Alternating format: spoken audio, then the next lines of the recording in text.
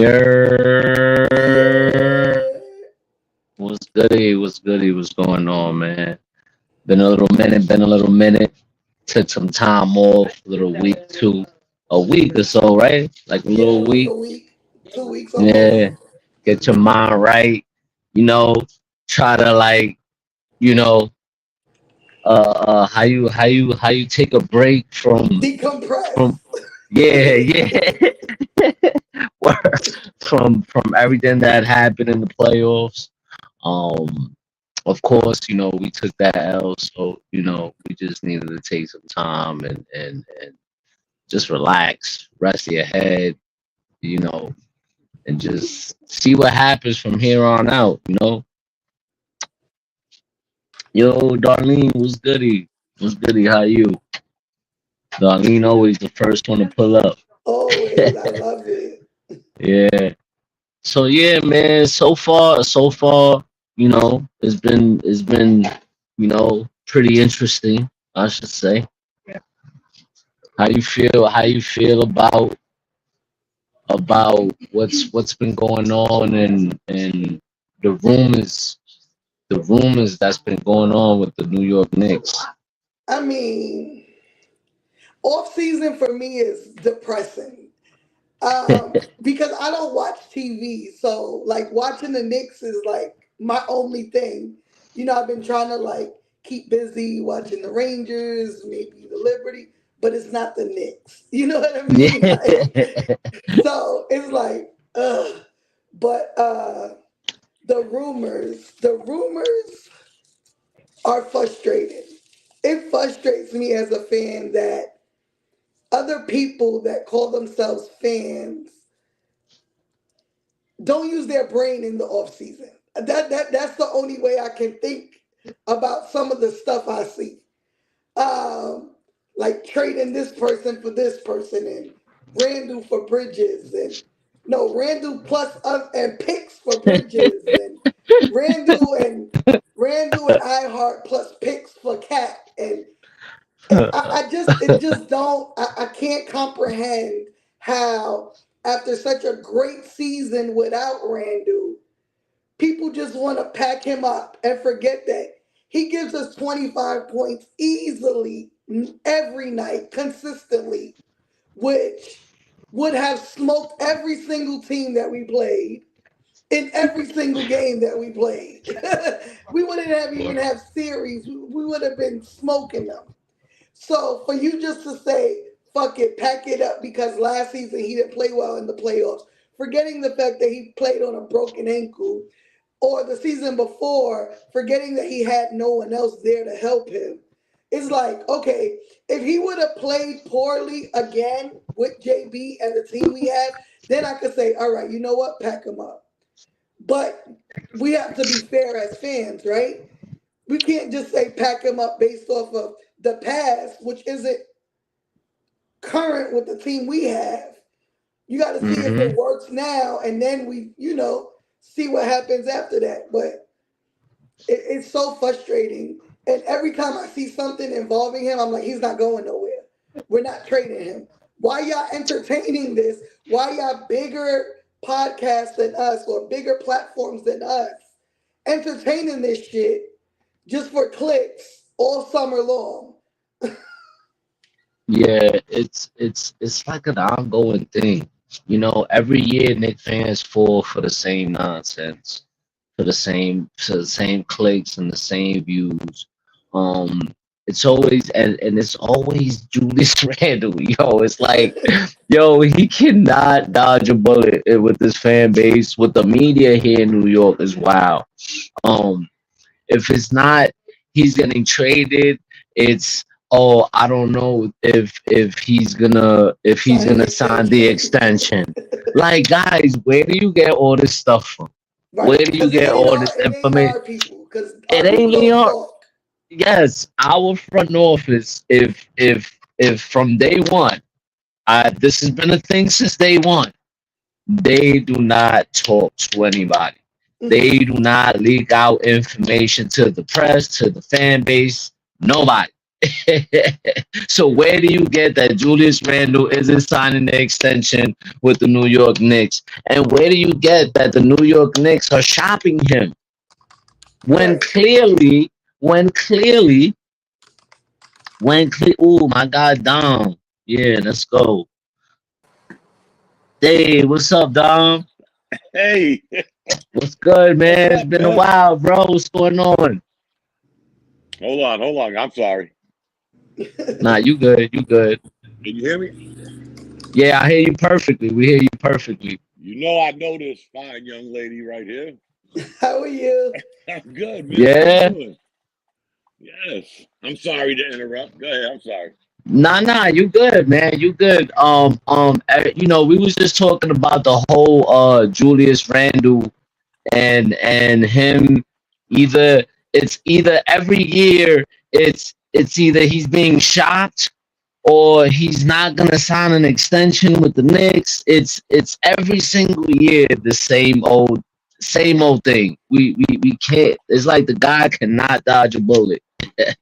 With this But fan base with New York in general, it's to me, I never could understand it. So Dom, tell me, man, how you feel about this? it's funny because I was going to ask y'all, who's he being shot by? Twitter? Twitter Spaces? Uh, Twitter. What do we call these guys now? Content creators?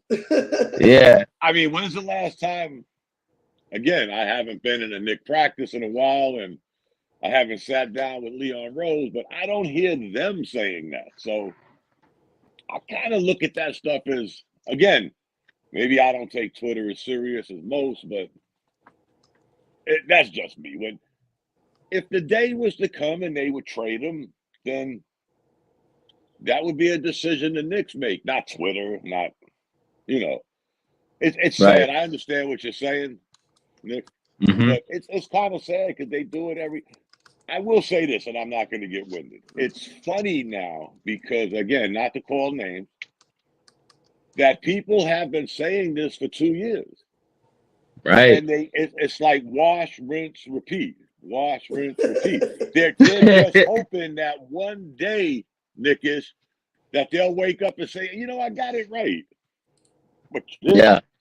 he's still on the team, and we had this conversation last night in one of our podcasts. Him and Jalen Brunson gave the Knicks the hometown discount when it came to money. In order for them to go out and get better, get whatever, and let's trade him. I will say this. What's funny, Miss Nick and Nick, they always say, let's trade Julius Randle. But they never say who they're going to get to give him 25, 10, and 5. It's Yeah. like, it's like let's trade him They for. never could name who's better than him in his position other than Giannis. Last night I asked my friends, name me 6 power forwards in the NBA that are better than Julius Randle. They can't.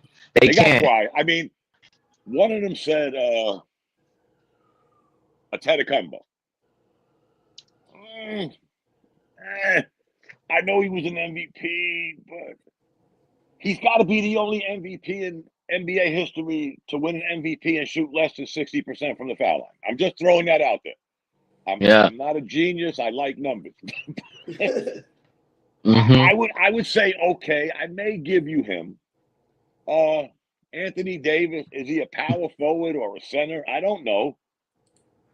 But He can't again, even guys, stay there's on the only a court long handful of enough. right. There's only a handful of players. When he did it his first year, it was him, a Tedacumbo,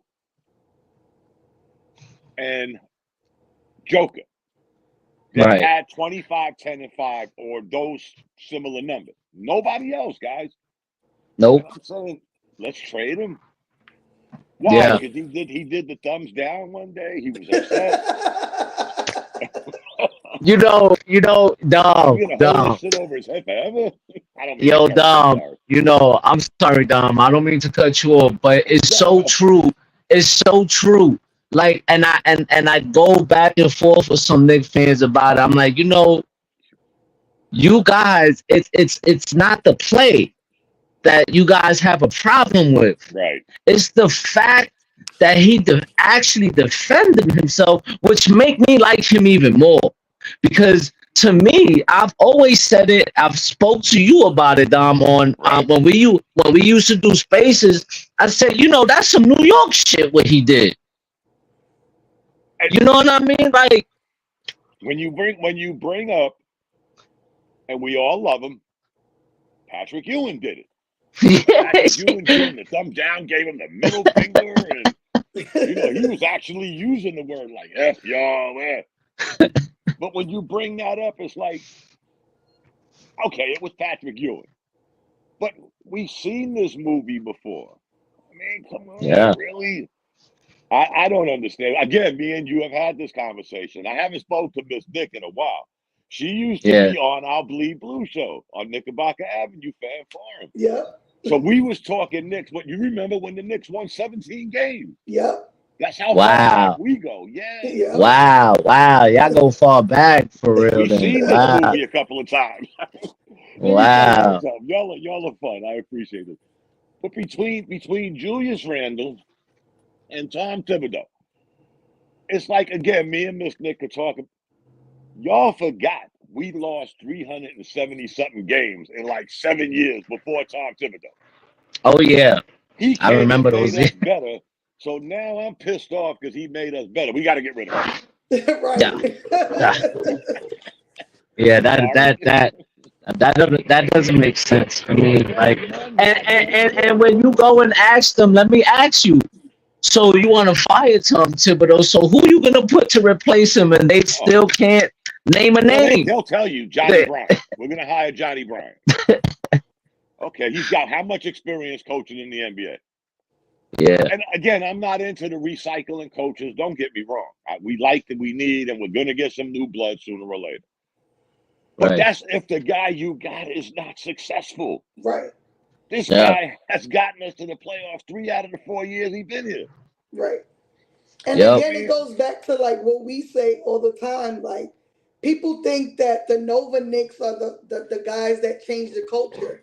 That's not true. The culture was changed from Coach Tom. Right. And they bought in, and then everybody else bought in as well. Right. Great point. So I mean, I don't know. Kev, I was probably one of the most vocal against Julius Randle when he wasn't performing well. And it was not for lack of his talent, more because I was frustrated with his performance because I knew he could give us more. Right.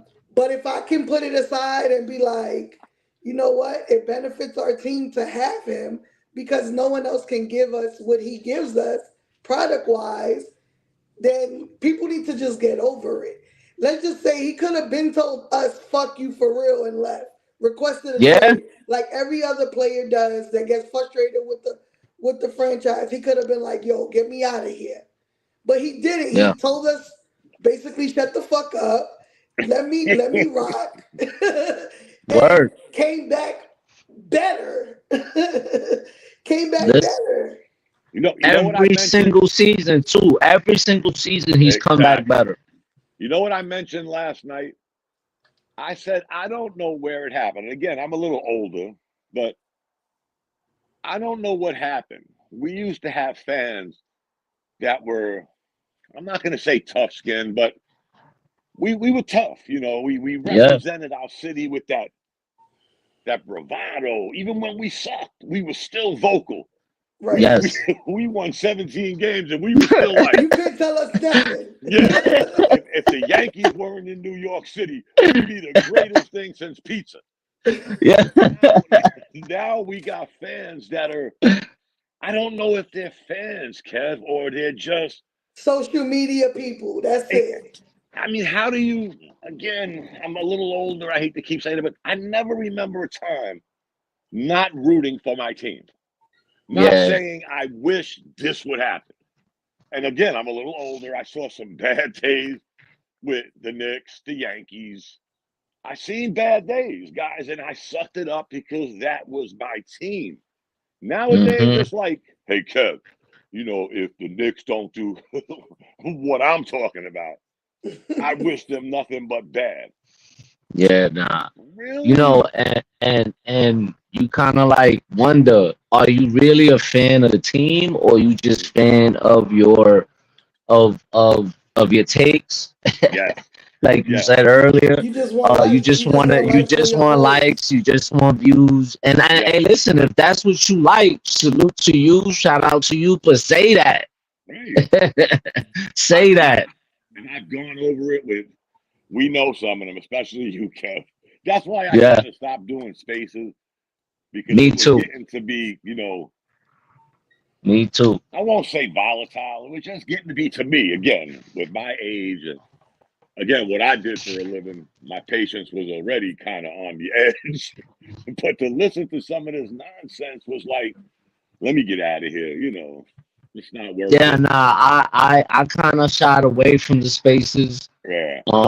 Me, I'm with my kids most of the time, and they're young, and they don't need to hear their dad screaming and No. hollering, and they're young kids, man. Like my oldest is 5, my Wow. youngest is 2 months.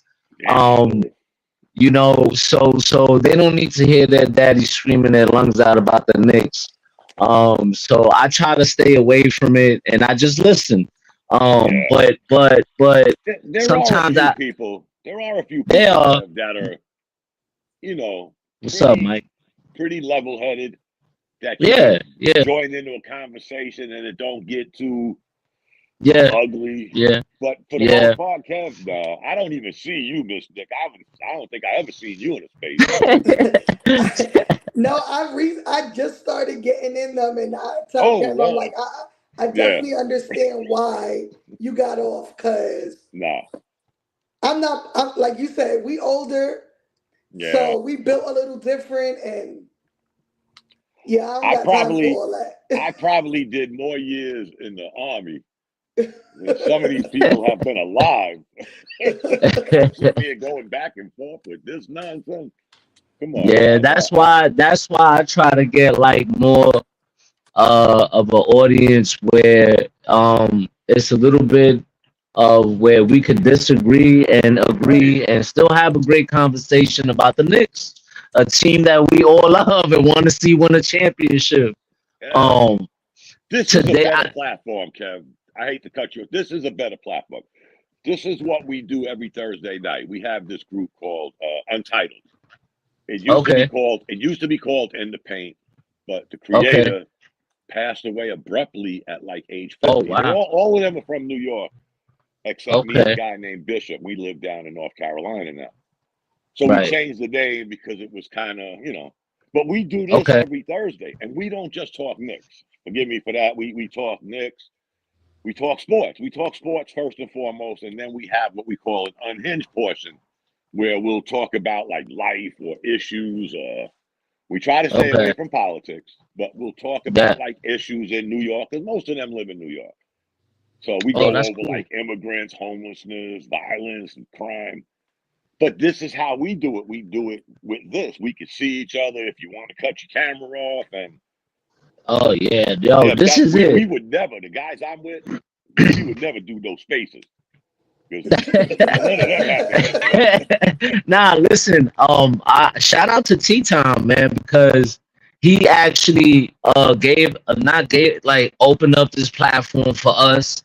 He's had it for a while, and then he was like, "Yo, I need people to help me run it because I can't always do it. So if I'll let you guys do you." And talk next and hold it down for me while if I can't do it. So, we've been doing it. We've been doing it all season long. We did it throughout the playoffs. I have to Mm. say that this season was the best season in a long time. I had so much fun this season Oh, doing recaps and the playoffs and I I think we wish I'd had have knew, man. I remember you brought something up to me not long ago about what I might yeah have coming on, but the season was yeah over. I wish I knew yeah y'all was doing this during the year. Because that's nah what we nah did. listen. Nah, listen. Next season, we're gonna continue because I'm telling you, it did so well that we was like, yo, we gotta continue. We can't stop. Yeah. We Yeah, we can't got to stop do it doing during it. the off season. Now, Yeah, do y'all take this and put it on YouTube Yep. yeah, or It's yeah. Like streaming Facebook? right straight now, to YouTube like right now. Okay. right now, we live. We live Right, on right. Facebook. We live on Facebook, Twitter, and on YouTube. YouTube. Yeah, we only do the Facebook, and again, like I said, my guys, they would probably break a computer if they did it on Twitter because they just ain't Twitter people. They're not Twitter guys, so we Nah, leave it I at hear that. But that. we do the YouTube, we do the Facebook, and you know what we always say, like again, we have a group in Facebook. We got 784 people in the group. And Nice. every day, I'm like one of the administrators, and I do my this week in sports, this day in sports, everywhere. You know, I put it on all the different platforms. And every Friday morning, I go on there and say, "Can you just go on it? Can you hit the like button? There's 800 of them." I go there every Friday, and there's 2 likes, me and one of the other guys. I'm like, Yo, support is free, people. That's what I always nah, it's remember. true. Support is free. We don't True. charge for it. We ain't making no money off this. So if I could help out in any way with anybody, it's got to be somebody I believe in. I don't Hmm. just do this shit for anybody because I don't want to get into that. No, I nah, I know. I'm appreciate sorry. it. I'm sorry, Miss Nick. It's just No, I feel you. for you. You brought it up to me a while ago, Kevin. I was like, all right, you're a good dude, but Yeah, yeah. that the I space, hear you. nah. This is Nah, I this is hear a that. good thing you're doing, Kev. Keep doing this Nah, for the nah. people. Yeah, yeah. We've been doing it for a while, and we get a nice support. Our Instagram went crazy. Our Instagram in like what, a month, Like 3 weeks, yeah. like 3 weeks, it just exploded. I don't know. I was like, okay, we need to keep doing this. I'm assuming y'all have talked about OG Anunoby. Not Well, yet. well, That's we That was another. gonna be we next. Oh, I'm yes, sorry. that was no. Listen, I'm sorry. when it comes to OG, right? When it comes to OG, man, like I think there's a lot of people just make again with the rumors and this and that, and oh, he's gonna sign for 35, 40 plus million a year, and like I think all that is exaggeration. It's the same thing with Jalen Brunson when we first signed him. Oh, he's gonna sign for 140 plus million, and when we got him, we only signed him for 104. Um, I think the fact that we got his son, Leon Rose's son, as his agent, I think that only helps the Knicks. And even with all the injury woes, I Mm. think that they're gonna look into that and take that into account. I don't think that it goes that high. I just don't see it. I'm not. Again, I'm not a GM, and I don't play one on Hmm. TV. I Right. I can't see giving him more than $30 million. Even that to me is a stretch. But Hmm. I brought up something last night. I don't know if anybody else is. I would take that money. I would get rid of Mitchell Robinson, maybe another piece or two. Let me finish, and I would sooner get Kevin Durant. Here, here's Mm. here. Let me finish, Myth. Here's the weird thing. Kevin Durant blew out his knee, and he has played more games since he blew out his knee than OG Anunoby. Do the Yeah. math on that, guys. I'm not saying that's the end. I'm just saying I am afraid. This guy's played 70 games once. That Right. was his rookie Yeah, year. that's true. We Yeah. already found out whether it's true or not. He don't like pushing the envelope with his injury. He's got to be like 150% before he comes back and gives it a go. And I understand that's his career, that's his livelihood. I do get it, but I can't get giving him $40 million, and he may be a part-time player. Then some guys are threatening me and saying, "Well, if we don't sign him, he may go to Philly." I'm like, wow, that would be ironic. You got 2 guys that can't play a full season on one team, and I might not disagree with that. They are in our conference, but again, I don't know how y'all feel, but that money I don't thing with think the him, Knicks. I don't think the Knicks are giving him 35, 40 million. I think ooh, the most 30, the less 25. I think it's going to be somewhere between 25 and the $30 million range for 4 years. I think Philly may test us. Yeah, I think so too. But I think the fact that the Knicks gave up the RJ and quickly, we're over that. you know, no, I just think that they're gonna. I mean, you can't just let him walk if you gave that up. You know what I mean? Yeah, you can, Kev, because you know what? We weren't going to sign quickly. Let's be real. We have a starting point guard. This was sort of a breath of fresh air for quickly. And RJ Barrett, again, we're all Knicks fans. We're all adults. Let's keep it a buck. All we kept saying is he's 18, he's 19, he's 104, and we're waiting for him to turn into who? Jerry West, Willis Reed. I don't know who y'all were thinking he was. I always say it, guys. If he was in any other draft, he'd have never been no number 3 pick. No. So maybe top 15, top 20. Let me tell you how smart the Knicks front office is, who again takes a bashing. Remember, guys, and Miss Nick, they extended McBride on the low. They gave Deuce that little good contract. Let's keep him happy. We want you to be with us, man. We love you. 5 minutes later, they got rid of quickly Barrett and That's a fact. We're talking about these front office guys like, yo, again, people, I did 20 years in the Army. Never been a GM. Great leadership skills. Trust me, I did all of that, but I'm not a GM.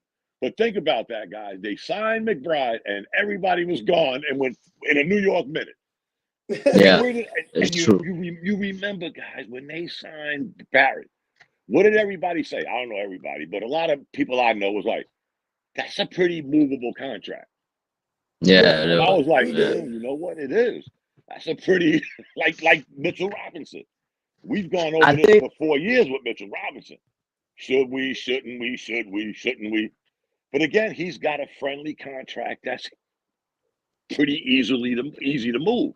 Yeah. So I'm not that sourpuss to say, man, we gave up the kids and this guy went to another team. No. Really. No, I think more that I think talks had to have happened behind the scenes when we made that trade. That New York was the place he wanted to be. Now, when money starts talking, if he asks for way too much than what we think he's worth, which I think 40 is outrageous. Yeah. To be honest, and I don't see the front office making that type of commitment on someone that can't give us a full season. But if they let him walk, trust me, something crazy is gonna happen. Like they're not gonna just let him walk and we just start all over again. No, it's gonna be like you said, something that might force a move for us to stay on the level that we are right now. But I do think like the Knicks made the trade with the thought that he was gonna remain a Knick. Right. I also found it really interesting that as soon as the season ended and all the rumors about him taking all this money came on, that the story of Jalen Brunson taking a cut, taking that extension for less money came out like right back to back. And I know our Knicks front office doesn't really talk, but I wouldn't be like the first thing that came to my head was they leaked this shit so that it could dead all that. Because if our number one guy takes less, then why wouldn't 2, 3, 4, 5, 6, 7, 8, 9, 10? You know what I mean? But I think if he's a team player and his true in his heart wants to win, you take what you can get for the team the same way I think Jalen is gonna do. You know what I mean? Like you take the L. Let's not act like there's not money to be made in New York outside of basketball. Right. Tell your agent, go get me some deals somewhere else to make up for this money.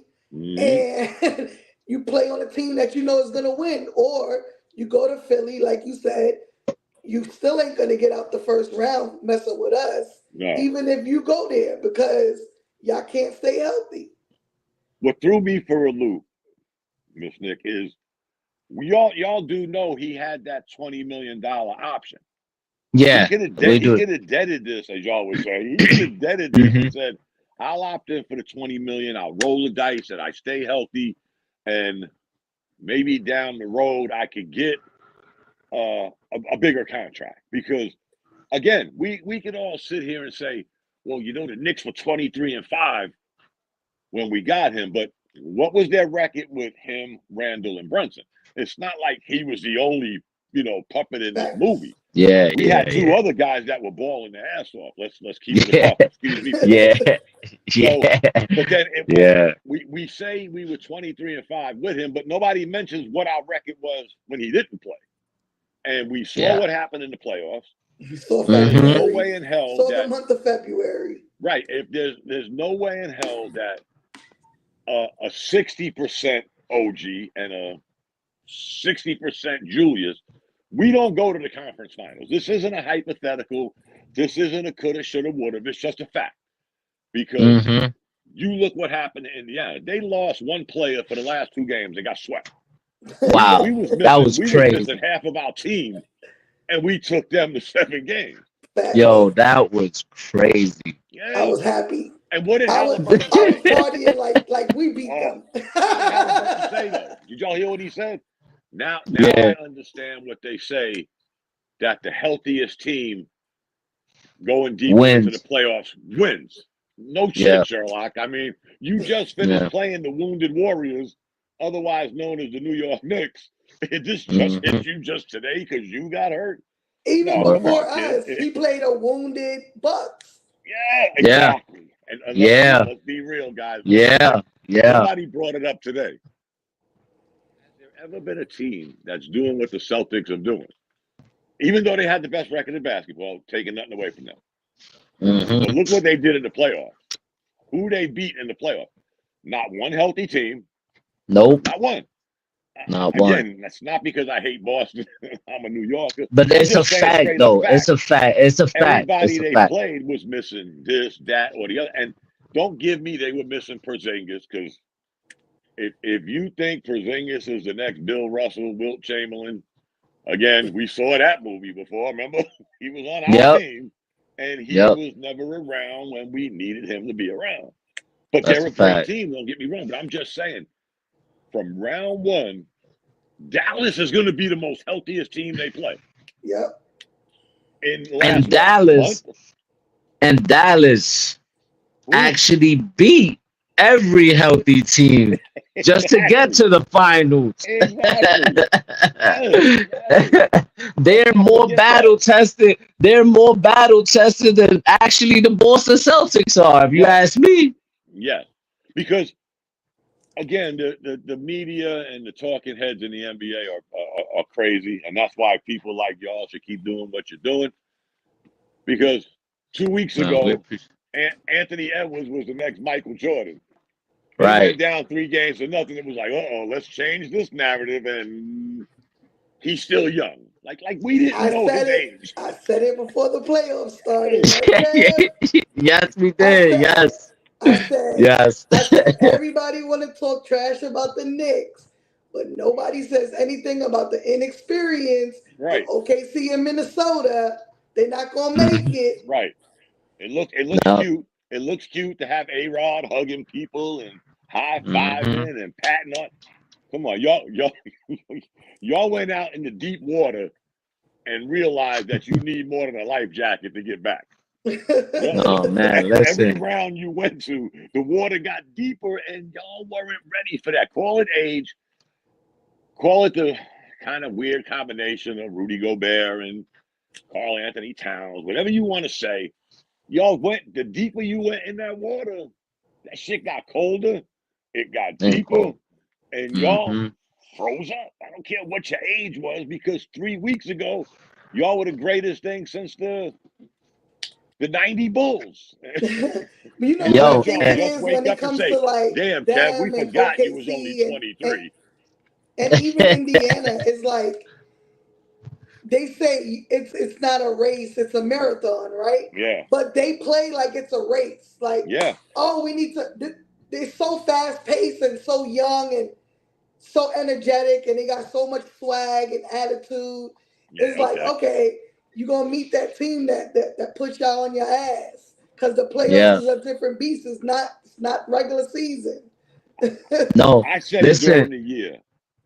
If you're giving up 122 points a night, the chances you winning are you're a 6 seed. Let's not get it confused. I don't give a hell what you think you were. If you're giving up 122 plus points a night through 82 games, that's why you was a 6 seed. Let's be honest. The Knicks Hmm. and I think the Timberwolves gave up the fewest points per game in the NBA. Then it was the Celtics. Right. But Right. you're giving up 120. How far did you think you was going? Right. I understand the NBA is an offensive-driven league, but there comes Yeah. a time you got to play defense.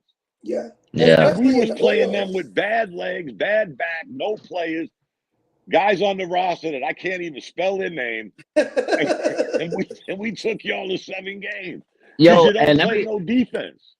let me tell you that to me, even though we lost the series, like I was disappointed, but I wasn't mad. I wasn't angry. I said to myself, man, this team was like broken down to the core.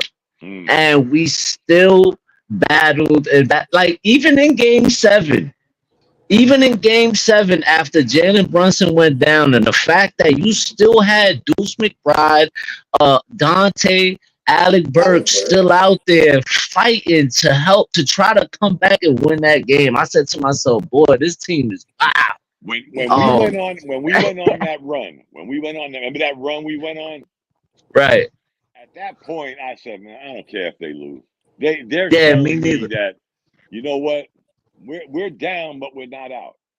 And that Right. constant going back and getting that was, guys. I've been watching the Knicks for a long time, and I've never seen a Knicks team like that.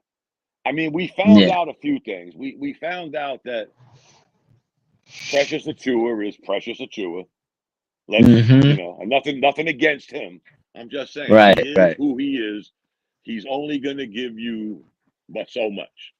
Right. Okay, Right. we could check that box. We found out what a good all-around player Hartenstein is. We found out Deuce McBride was a good little throw-in extension.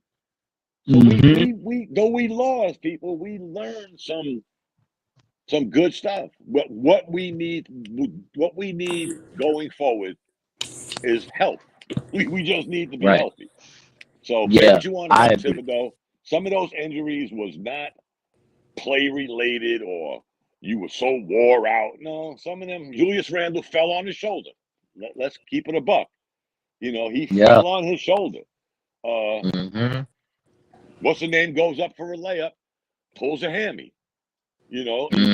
You can't blame overuse with him because you didn't play but 40 something damn games. I mean, you can't blame That's a Thibodeau for that fact. one. You Come can't on. even blame you can't even blame Mitchell Robinson this time around because of how I would say, in my opinion, of what Joel Embiid did in that game, in that Yeah, series to him. yeah. That was kind of dirty to me. So But I you know wouldn't what's even funny? blame that on Tibbs. The funniest thing I heard, not really funny, it's what and people will say, oh, they're going to take the coach's side. But Josh Hart said something very interesting. When I came in the NBA, I couldn't even get on the court. So if you think once I got on the court, I wanted to come off of it, that's crazy. I want to be out there playing. Remember, guys, he bounced on 2 different teams. He didn't Yeah. average 24, 28, 30 minutes a night. He was a very limited role player. He comes to the Knicks. They give him a little shine. Man, I'm going to stay out here till I pass out. You're going to have to carry me off the court. And he did it. Come on, guys. I'm going to end it with this. We had a 6'4" guy playing power forward for 3 months. Wow. Just think And about that for 1 minute. no, and listen, I'm glad that you brought the whole injury thing up because Josh Hart on the pivot killed all kind of narratives. I was just about to He say, just I was about to say, this is a nah, good nah. segment Listen, into go Josh ahead, Miss Hart. Nicks. Talk that shit. Go ahead, talk that shit, Miss Nicks. Talk that shit. So Go on the ahead, talk that shit. I don't know if y'all have seen Josh Hart episode on the pivot, but he Oh, basically said, I don't know, my phone What came up, in. Dave? What's goody, Dave? He basically said he killed the like Kev said a whole bunch of narratives. One being the team being exhausted because of playing time and coaches' methods. He said, literally said, all season we only played a full 6 to 7 full practices all season. Everything else was mental practices, watching tape, going through mental things. So how could they really be tired if they only played 6 or 7 full practices? That's one. Two, he touched the injuries. He said they were so depleted, and you can't blame coach and any of that for it. He said the same thing you just said, Dom. He said Randle got hurt because he went up for that layup, and the Jaquez guy tried to cut him off and he fell. Bogey got hurt because Batum went for the ankle on the slide. Mitchell Robinson got hurt because of Embiid. Who else was hurt? OG got hurt, the strain. He was like, you could say maybe, that's overplay related, but and I agree with you. He didn't play enough for it to be play related. Then you got Jalen, who swiped at Halliburton at the ball, hit his hand on Halliburton's leg. Can't blame that on the coach. No. And even his own strain, you can't blame on the coach, because if you go and replay the video where he got hurt, so that kind of strain goes from like pulling weirdly. And when you go and look at that play that he got hurt, his back wasn't straight. It kind of like curved a little, which caused the strain. That's not coach related. That's not excessive play related. That's he went up too hard for the rebound and got strained. But he also said, which I 100%, and I said it the night that we lost, I said, I'd rather have gone out in game 7 than have to play Boston without JB and a completely injured team. Because then it would have been like, oh, the Knicks choked against the Celtics. And, nah, we're going to run it back healthy. Right. I don't believe in. I mean, we've come too far, guys. Let's start right there. We've come too far. We are on the ascension where for years we was on the descension. So I asked this question to a lot of Knicks fans I talk to. We're at the point now where we may have to do something we haven't done in years, and that's go into the luxury tax. Remember, guys, all the money we have, the Knicks have not been in the luxury tax. And we can look at Golden State, $180 million, Milwaukee in a small market, Chicago. These are all teams in the luxury tax that couldn't get out their way all year. Now, granted, it reaped a championship for Milwaukee, a few for Golden State, but we haven't done that, folks. So, again, I always ask, is this the time for, hey, you know what? Y'all are raising your ticket prices 37% every year, even when we suck. Even when me and Miss Nick was watching them 17-win season, you were still increasing those ticket prices. Maybe it's time you give back to us and say, you know what? Open the checkbook.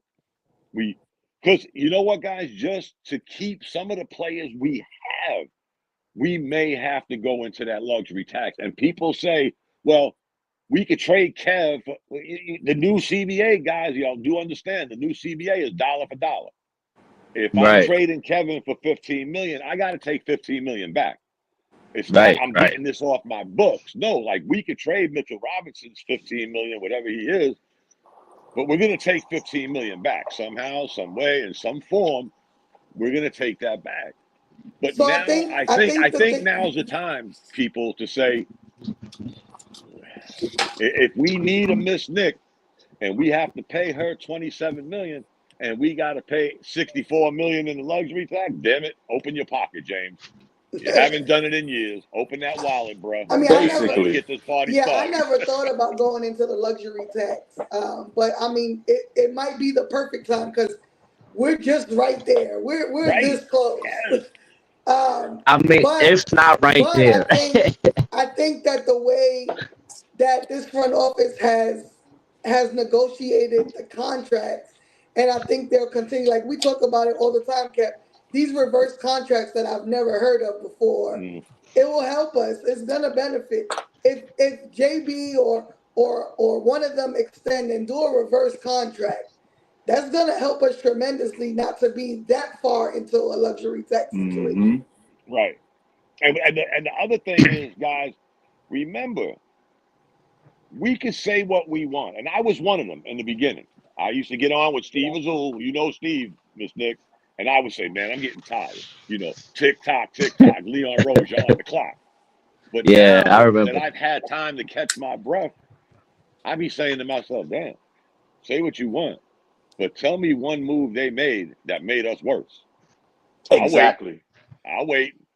They have to. But now, like I said, Miss Nick, now is the time, I think. Again, I'm not speaking for nobody, but I think now is the time that we could, again, y'all look at this shit, man. It's for public record. Look at the teams that were over the cap and the money they were paying per down.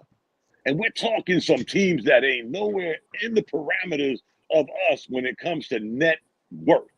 If I'm not mistaken, we are number one in net worth in the NBA. They were charging $800 tickets for the 400 section. I mean, they could afford it. Thank you. Let me tell you something. My son lives in Florida.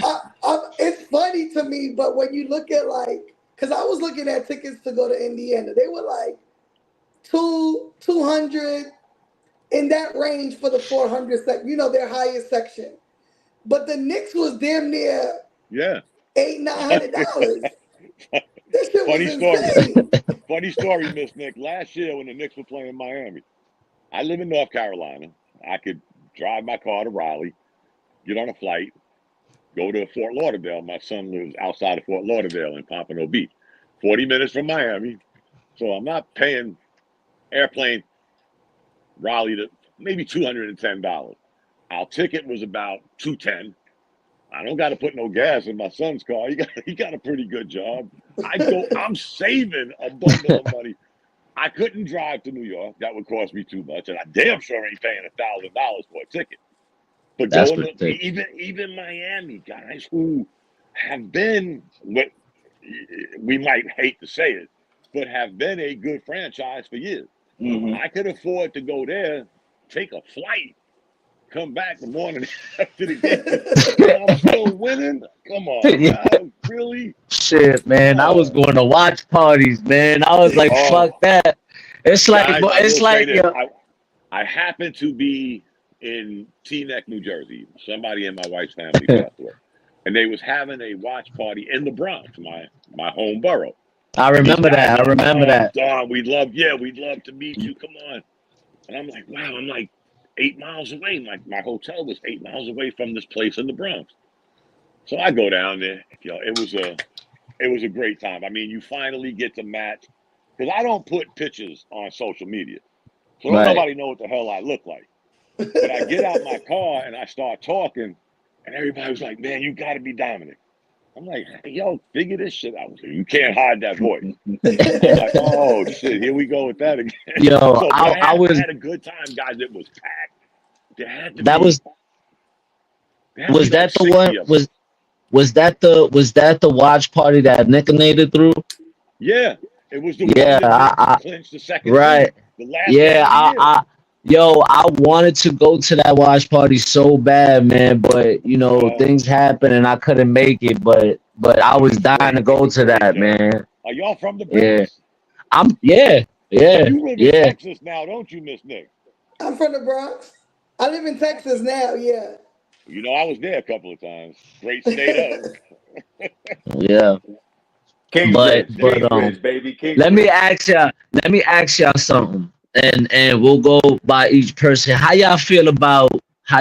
Me personally, it would be a lane I would like the Knicks to go through. Mikal Bridges.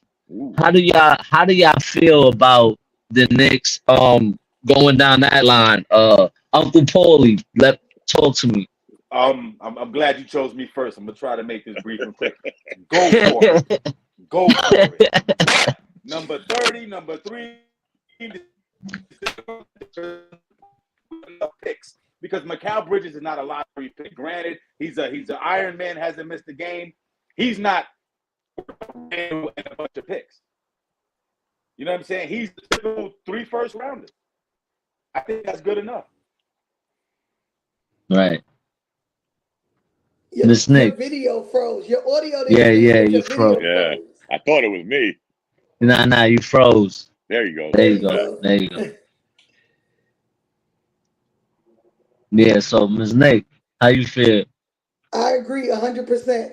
I'm with the trade. I'm with a trade for him because I think he fits like a glove with our team.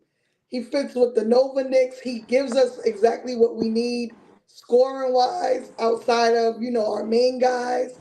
You could either take him off the bench or put someone else that started on the bench this season back to the bench and have him as a starter. I think he fits perfectly with the Knicks. He already knows JB and Josh and Dante, so that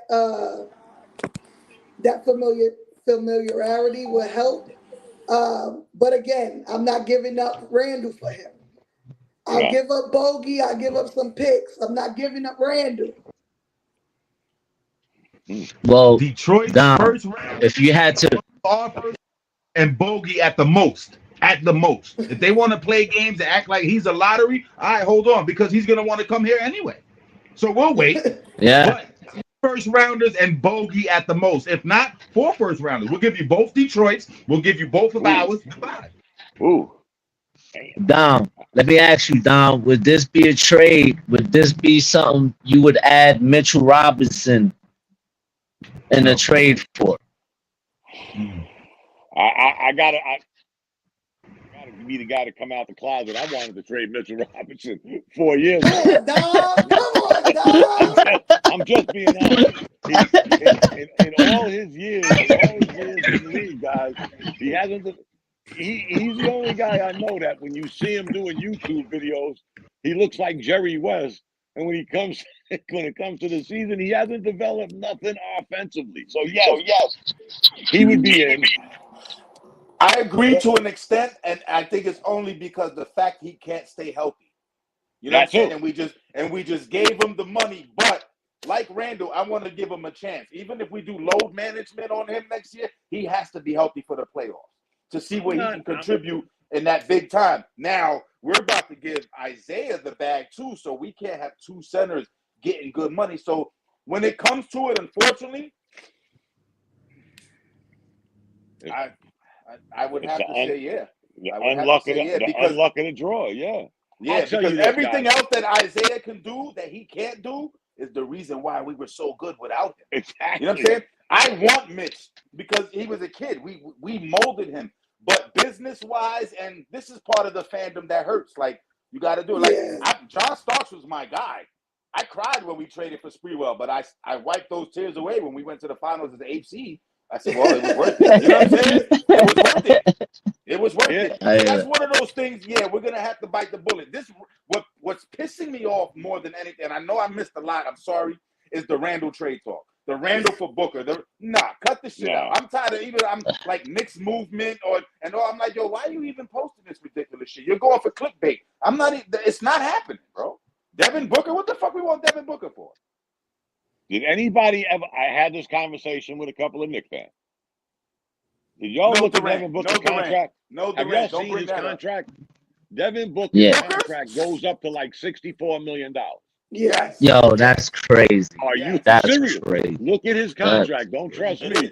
His contract. No, I believe you. Mm-hmm. I believe you. Him and Cat too. He just re-signed that contract. So you got almost 4 years, and the shit just goes up and up and up. And again, I'm not. And their production I would want to go into the salary. Yeah, I would want to go into the salary cap, but not that high. Not for one player, because then not for him. Your nose to spite your not face. Even not for one player. Not for him. You know what I mean? No. I don't see him as a game changer. I don't see him coming in and fitting in our system. I see him as a prima donna. Oh, I've been to the finals already. I dropped 70 before. Nah, shut. That's the same reason why I don't want Durant. Durant's 30, Guys, what, I'm not 36, even 37? into the Bridges. I'm not into the Bridges trade, guys. To be honest, I thinking think Bridges is the only one. If we're gonna go all in, we go for. But other than that, I don't big think trade. he's that guy though. Again, it's just me. I don't think he's that guy that's gonna take us to the next level. No, but I think he's insurance. The only problem is he'd be too much of an expensive insurance if OG or Randle goes You're out. gonna have a guy like that coming off the bench. I mean, who's he starting over? Dante. So Remember, Dante wasn't a starter. Dante didn't start the season as a starter. Dante that's true. That's true. Coming off the bench, Mikal, OG, that wingspan is ridiculous. Ridiculous. Taking off the lineup. He's gonna want taking out the starting five. Are you giving up OG Anunoby? No, Dante. Dante wasn't a starter beginning of the season. But Dante's a shooting guard. Salute, Where does salute. Bridges fit in? Well, can't you play Bridges at the 2 and 3? Yeah. Ooh, I don't know. He ain't that good of a shooter. You can't sacrifice your premier position for shooting for a guy that's, again, just me, guys. I don't think he's that next player to take us. Come on, guys. It's kind of hard to say that Kev's going to take us to the 1 seed after we were the 2 seed. Speaking of Mitchell Robinson, don't forget, guys, during the COVID year when we was the 4th seed, was the year Mitchell Robinson was out. We became the best defensive team in the NBA when he wasn't playing. And what did we do this year when he wasn't playing? Became the 2nd best defensive team. And that was his strength. But Mikal Bridges, guys, I'll tell you what. That's true. I would sooner take Miles Bridges on the low than I would Mikal Bridges. Because we're going to invest too much. We're going to invest too much in Mikal Bridges. And where are we putting him? That's only my question to you guys. Where does he play? If you say the 2 guard, wow. It would be the 2, but you're right. He's not that much. He's not that great of a shooter. And we need to open the floor more. So you're right. I'm not giving up. Right. If you're going to give up DiVincenzo, you better be getting somebody that could shoot, because that's always been wait. Who said that? No, I'm saying if you're going to, right, because you know what, guys? He's been probably our best perimeter shooter in the last 3 years? Oh, yeah. Yeah. Easily. I would say longer than that. I would say longer than that. Bogey's a better shooter than Bridges. People forget Bogey averaged 22 points per game. Nah, that's true. I didn't think about 20 points a game until we traded for him and he became a bench player. So, yeah, you're right. Bogey is probably – you're right. You're right. I think everybody's getting – excuse me for saying this – everybody's getting into this Villanova thing. Yeah. Granted, I'm afraid the wheels are going to fall off trying to get everybody to Villanova. Yeah, too many. I like Bridges. I just don't see where he fits. I'll tell you what, though, guys. If we don't sign OG, I'm all in. If OG gets $40 million and he bounces, we need to do whatever we can to get this young man. He's durable. He's going to give you a good 16 to 18 points. We don't need much more than that when you got Brunson scoring 20-something, Julius scoring 20-something. Right. And Hart he's going to be that ball like a magician. And we can bank on Bridges playing all 82 and playoffs. Yeah, exactly. All right, so outside of like the Kevin Durant or these guys, like who do you think we can bring in that'll give us that help that we need?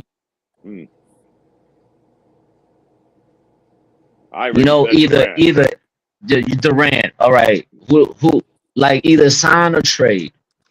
Me, I don't know about Durant because I feel like Durant. He passed on us, and let's be honest. Right.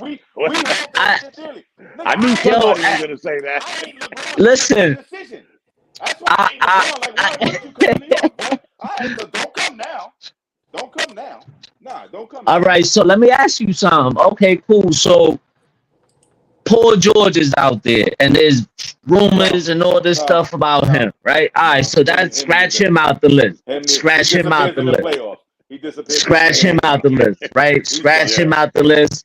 you can scratch off Jimmy Butler. That's not gonna happen because he said he don't want to play with us. He wants to beat us. So We don't want scratch him him either. out the list. Yeah, We yeah, don't we want don't want that. to. We want to beat We you. don't want him either. We want to beat you just as bad. Trust me. So, but we need some help. We Right. need some kind of help. Whether it's to me, it's either the bench because I think that we struggled in the playoffs with bench help. So I think I think that should be a priority over bringing in a star, if anything. Because like if our guys stay healthy, I mean, we went on a nice run. The biggest thing was health, but then our bench kind of got depleted in the playoffs because of the But injuries. They became our starters. They became our starters. Under the same Let me umbrella. throw a Right. name. Let me throw a name out there to you guys. What was our biggest Achilles heel even before the injuries going into last season? A backup power forward. Right. This guy on OKC is going to be available. His name is Which Lou one? Dort. Ooh. He's a He ain't gonna heavier cost OG. you. He's a heavier OG Anunoby too, because he's good He ain't gonna defense. cost you an arm and a leg. He ain't gonna be asking for no $40 million. He's gonna be a backup. Like Obi Toppin and all of his crazy fans thinking he was the next Connie Hawkins and he was gonna beat out Julius Randle. I'm sorry, but that wasn't gonna happen. But Lou Dort, I think, especially the way he plays. He's a hard-nosed player. He's a defensive player. Tibbs a defensive-minded coach. You're but right. He'll give you a good 10, 12 points. Unlike That's a Precious fact, actually. Precious Achua wasn't giving you nothing, guys. Let's keep it real. I mean, no knock against Precious, but Kev can hear No, you. no. Listen, Dom. Nah, I'll give you all the credit. No, but my thing, Uncle Paulie, my thing with Precious was defense. He was giving us the defense that we needed. Well, I know offensively he wasn't giving us much, but he did. You can't have Precious Achua and Mitchell Robinson on the same team. No, you can't. Two negatives don't equal You a can't. positive. This isn't math. This isn't geometry. Two negatives ain't gonna give you no points. Like I saw a post that said Burks and Precious probably won't be coming back, and I kind of agree that they probably won't. Even though I would like to keep Burks because he showed us that he's a guy that stays ready, but he might also be a trade asset. Yeah, I'll tell you what, guys. I didn't know what's his name, and he got 2 years left on his contract. Look up his contract. Bogey, right? Yeah. Yeah, he does. Well, 19 million, and I forget 21. Yup. Yeah, a lot of money that's for right. a bench player. But I will say this, guys. He'll give you some offense. Yeah. He's a shooter. Shooters can shoot. He'll give you that. Precious Achua and Mitchell Robinson, they can give you all the defense they want. They ain't going to give you but 6 points between both of them. That's and let's be real, though. But before he got hurt, man, Bogey was starting to come along. He was starting to knock down shots.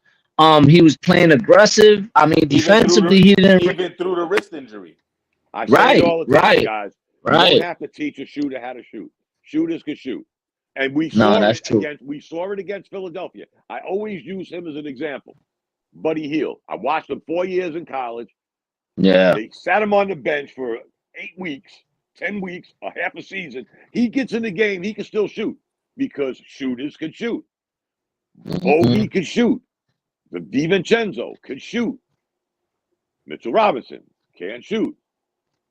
Precious Achua can't shoot. We're talking 3-5 feet shots, fellas. We're not talking 3-pointers. They just ain't offensive.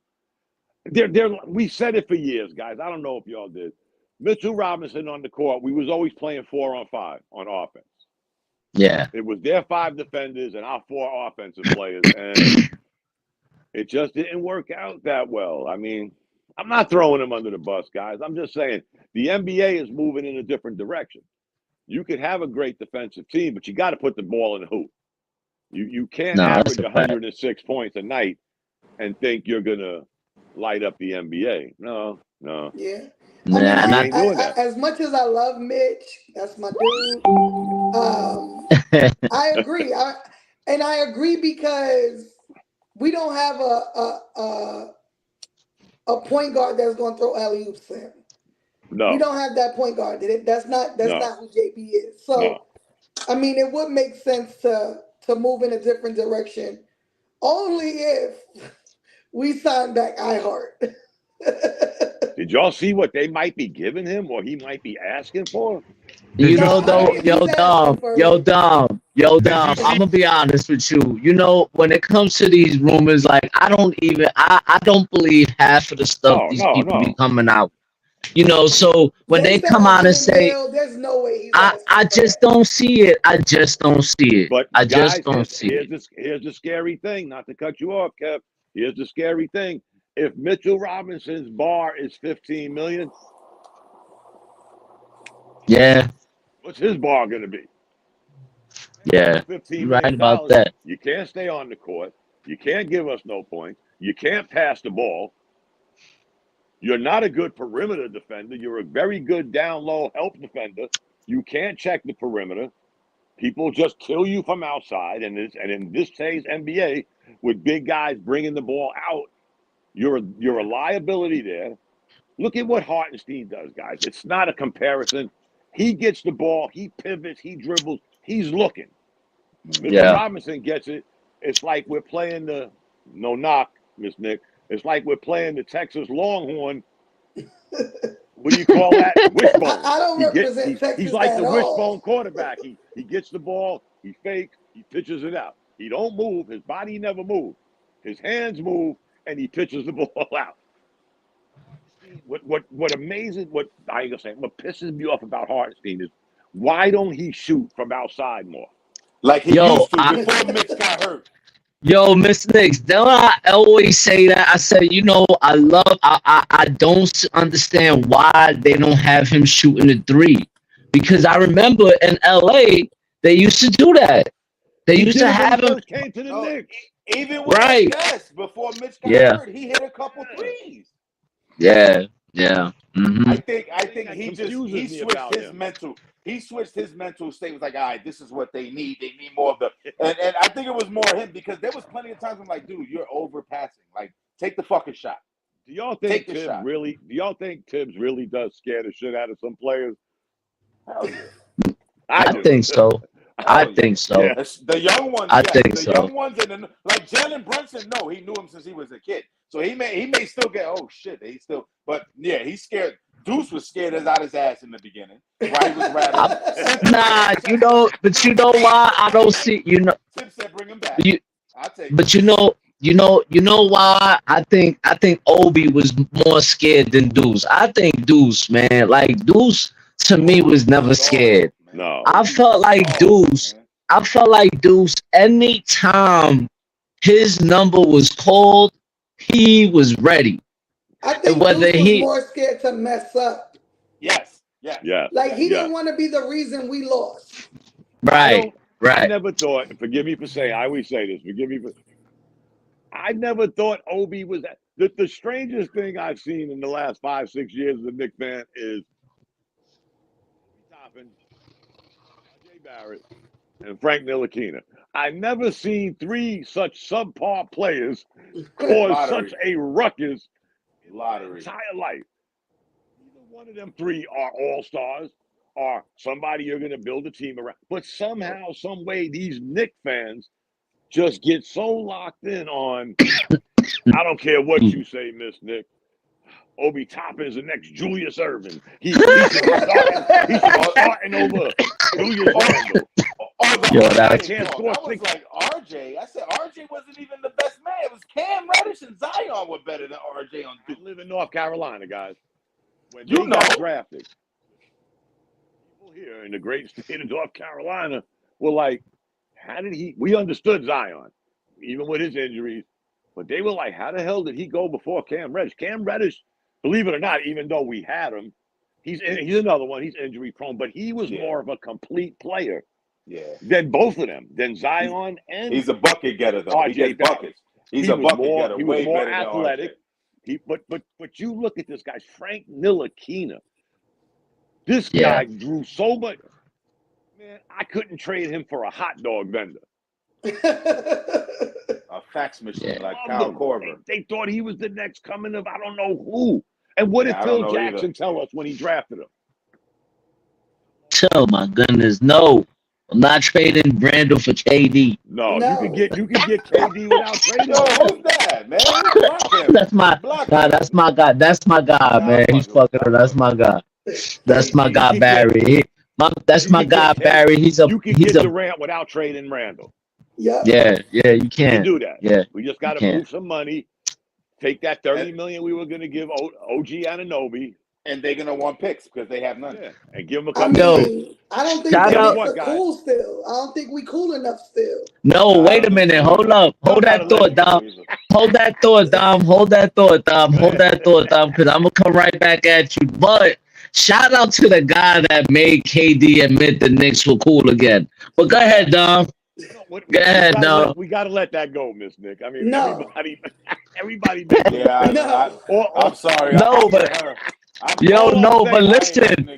But guys, if you could get a perimeter shooter like that to go with what we have, you got Brunson who could play in, out, tough guy. Randall, bully ball, 101. I'm not trusting. And you got a guy that can shoot from outside reconstructed like that. Achilles And tendon. now you look at the bench that we have. I'm not not saying. trusting- I will say. I'm not trusting that 38-year-old tendon. I'm not doing it. And his sneakers is But trash. you- The same reason why I don't want Booker. Your sneakers is trash. Not in the garden. Uncle, you missed the early portion of this. Yeah. Kevin Durant, who blew out his leg, played more games in the last 2 years than OG Anunoby. Yeah. Yes, he did. Yeah, he did. He I don't did. want him. I don't care. I don't care. I don't want him. You're just stuck on that bitter feeling. I know. No, all right. So why get OG's injury prone and the 38-year-old Achilles? That's two negatives. But when has he had a problem with that Achilles since he got surgery? Again, Nah, that's true. He's played more True. games than Joel Embiid, Ben Simmons, OG Anunoby, probably combined, and he's the one that tore his leg up. Clowns ain't have no injury like that, and he can still shoot the way he shoots. After all you're saying, he's still putting up numbers. And We're gonna get Durant, and I'm still gonna say fuck him. I don't care. You know, I think. Nah, I'm gonna be honest with you. I think KD put himself in a bad position by forcing himself getting traded out of Brooklyn to Phoenix. I think that was a bad move. Yeah. I think it was terrible. Here's the light at the end of the tunnel, guys. Again, this is just throwing stuff on the wall to see if it sticks. Here's the good thing. Who needs draft picks? Phoenix ain't got no draft picks for like the next 4 years. Everybody with a star that's yeah. So if you could throw them a Mitchell Robinson, maybe a sign and trade with OG Anunoby and throw a couple of picks, and we get him for the next 2 years, we don't know what OG Anunoby, again, he's only played 70 games once his whole damn career. Kevin Durant almost played that on a bad leg. I don't get the.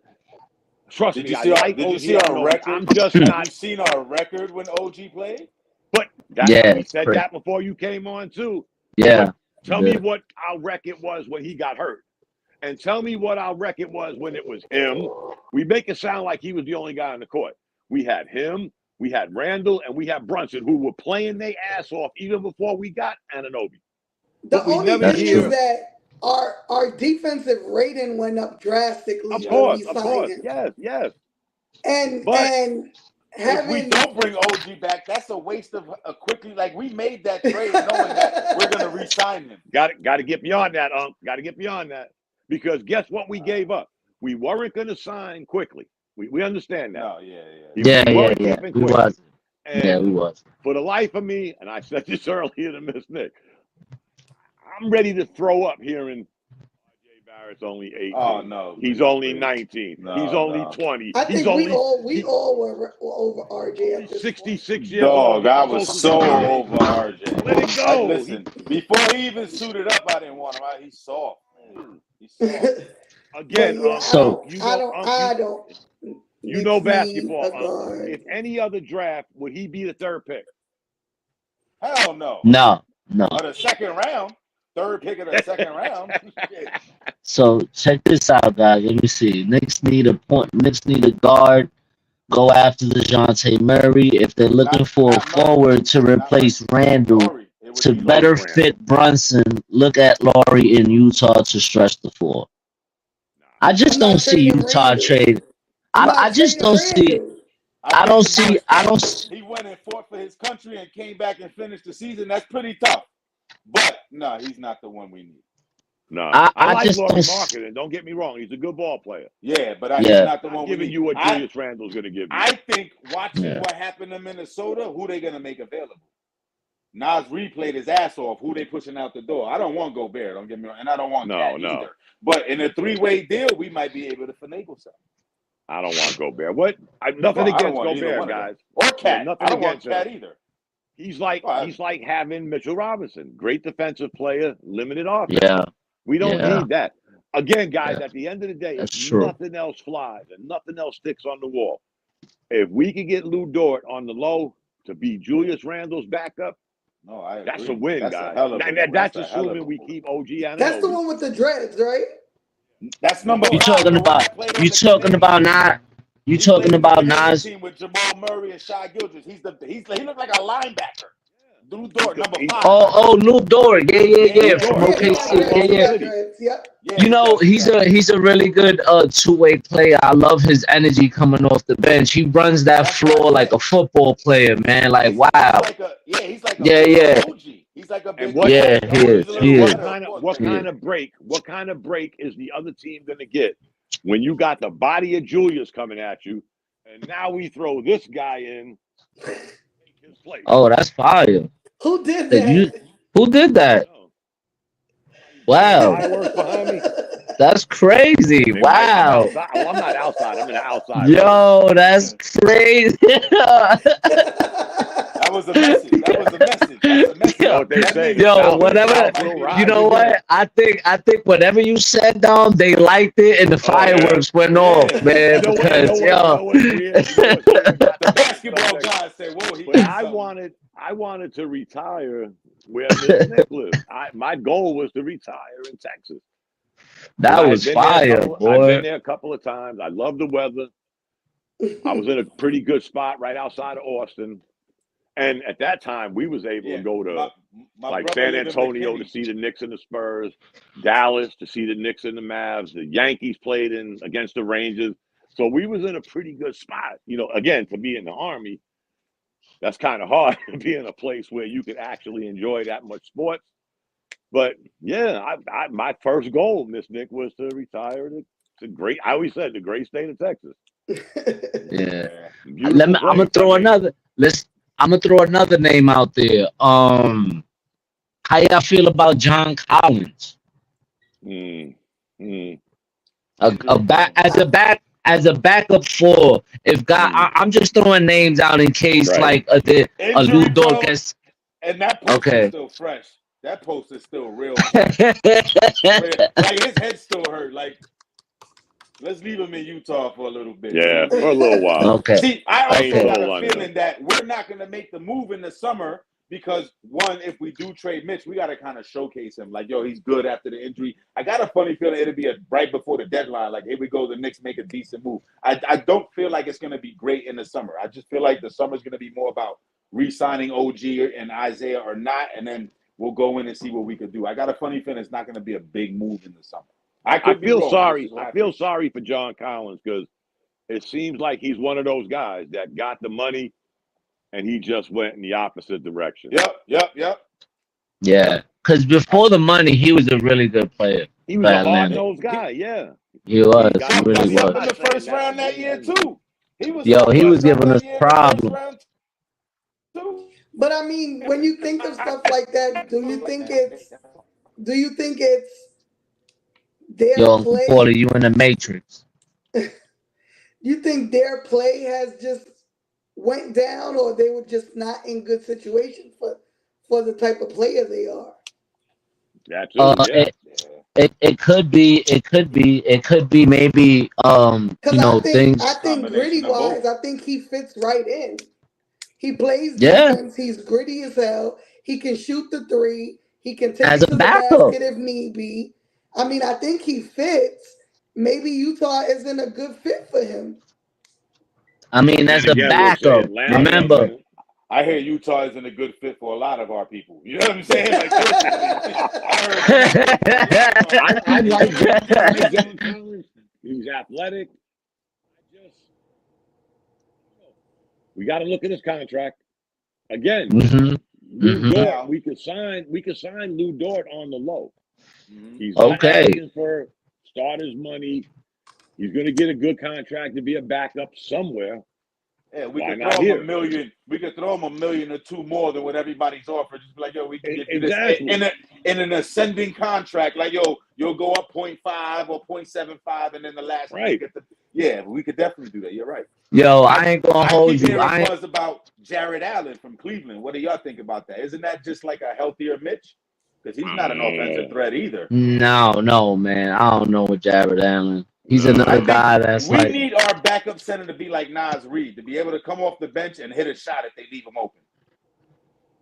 But Jared Allen's not your greatest offensive threat either, but he's not. And defensively, he's not. Feeling about him.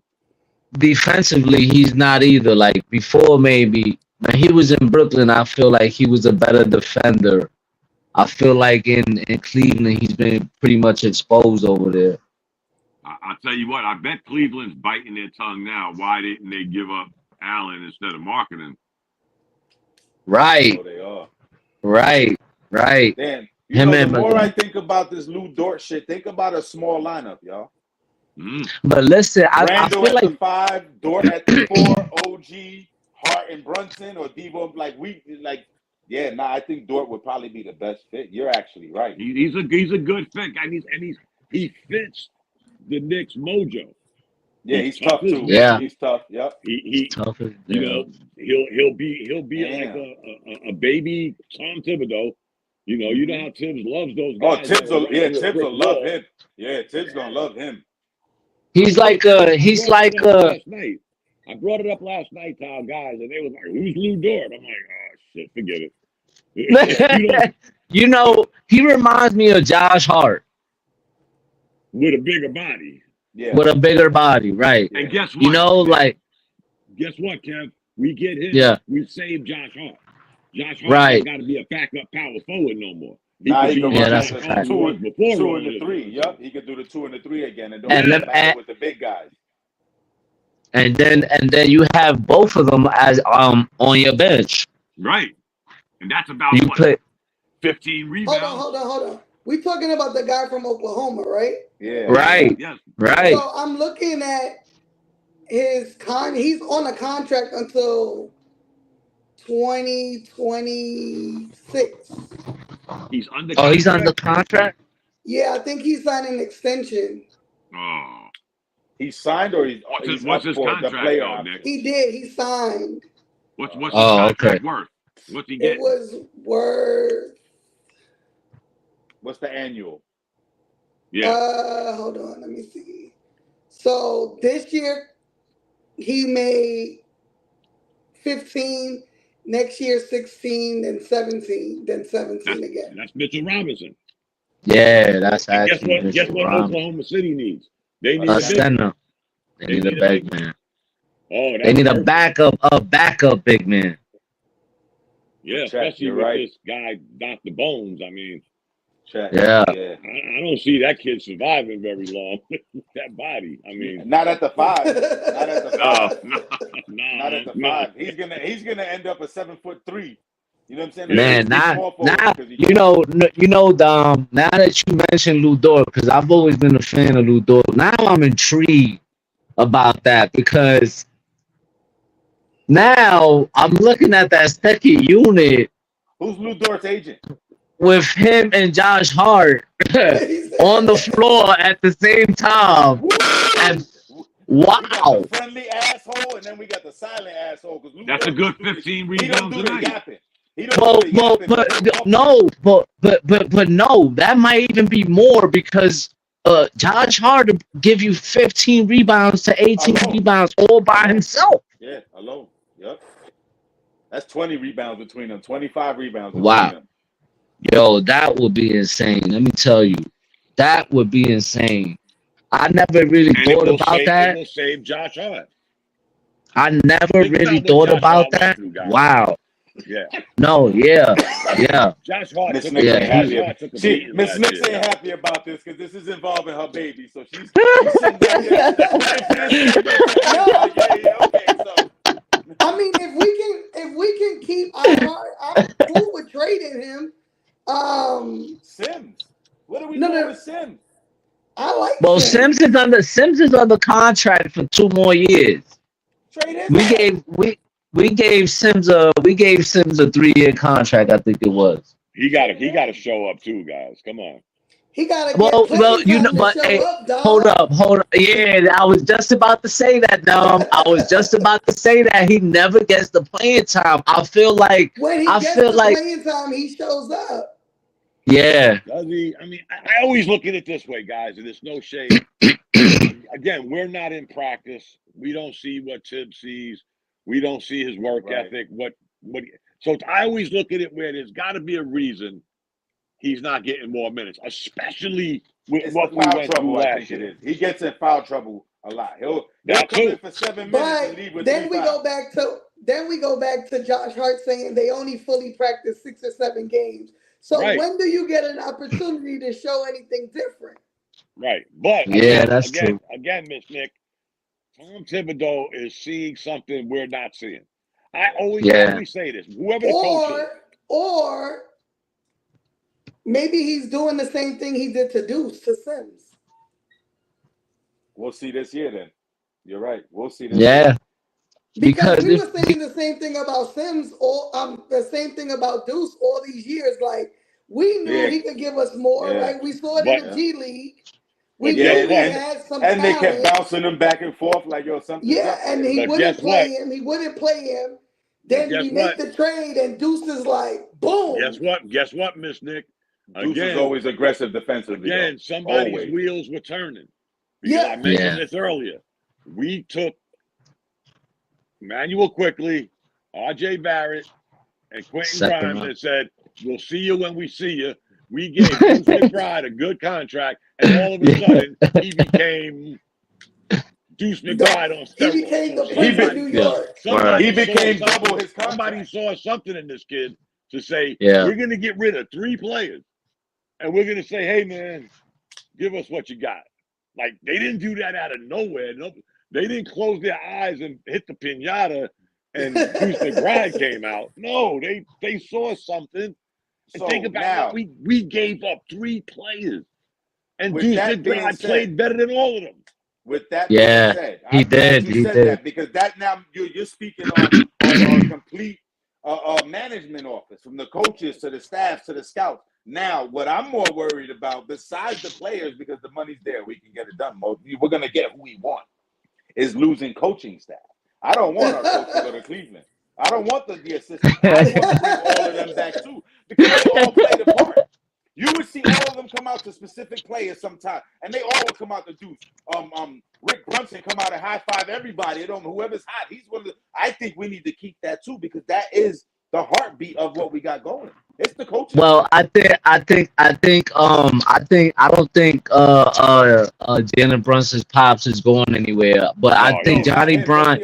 I think Johnny Bryant is the one that's being considered for the coaching job in Cleveland. But I don't see it. I don't see it, because you got other guys. The Lakers coach. That's true. They didn't hire nobody yet. No, they haven't hired nobody. They were trying to hire what's her name from Nah. They were trying to hire what's her name from the Clippers, and the Clippers was like, no. We're extending him. Yeah. Yeah, Tyrone Lue. They were like, I can't believe what's his name's name was in the mix for the Lakers job. Borrego, who coached here in Charlotte for a hot minute. Yeah. Again, Charlotte don't have, but me, you, and Miss Nick could go out there and probably compete against Charlotte. So he was giving a raw deal. Listen, man, I also believe that a lot of coaches are deterred because it's like LeBron. Right. Like, if he's not happy with me in November, I'm gone by February. All-Star break. They're gonna get rid of me. Yo. And and this is, they don't speak about that enough, but between him, Durant, Hart, and those, I don't want to be here. They're unfair. Like, dog, what do you mean? You agreed to this. You're the one with the clause in your contract. You wanted to go here. What are you talking about? So this is another reason why I say no to KD, because he's going to come in, not get his way. What if Tim says, you got to run practice for the first 3 months? What? I'm 38, man. I'm Kevin Durant. Nah, we don't deal with egos on our team right now. But wait a minute.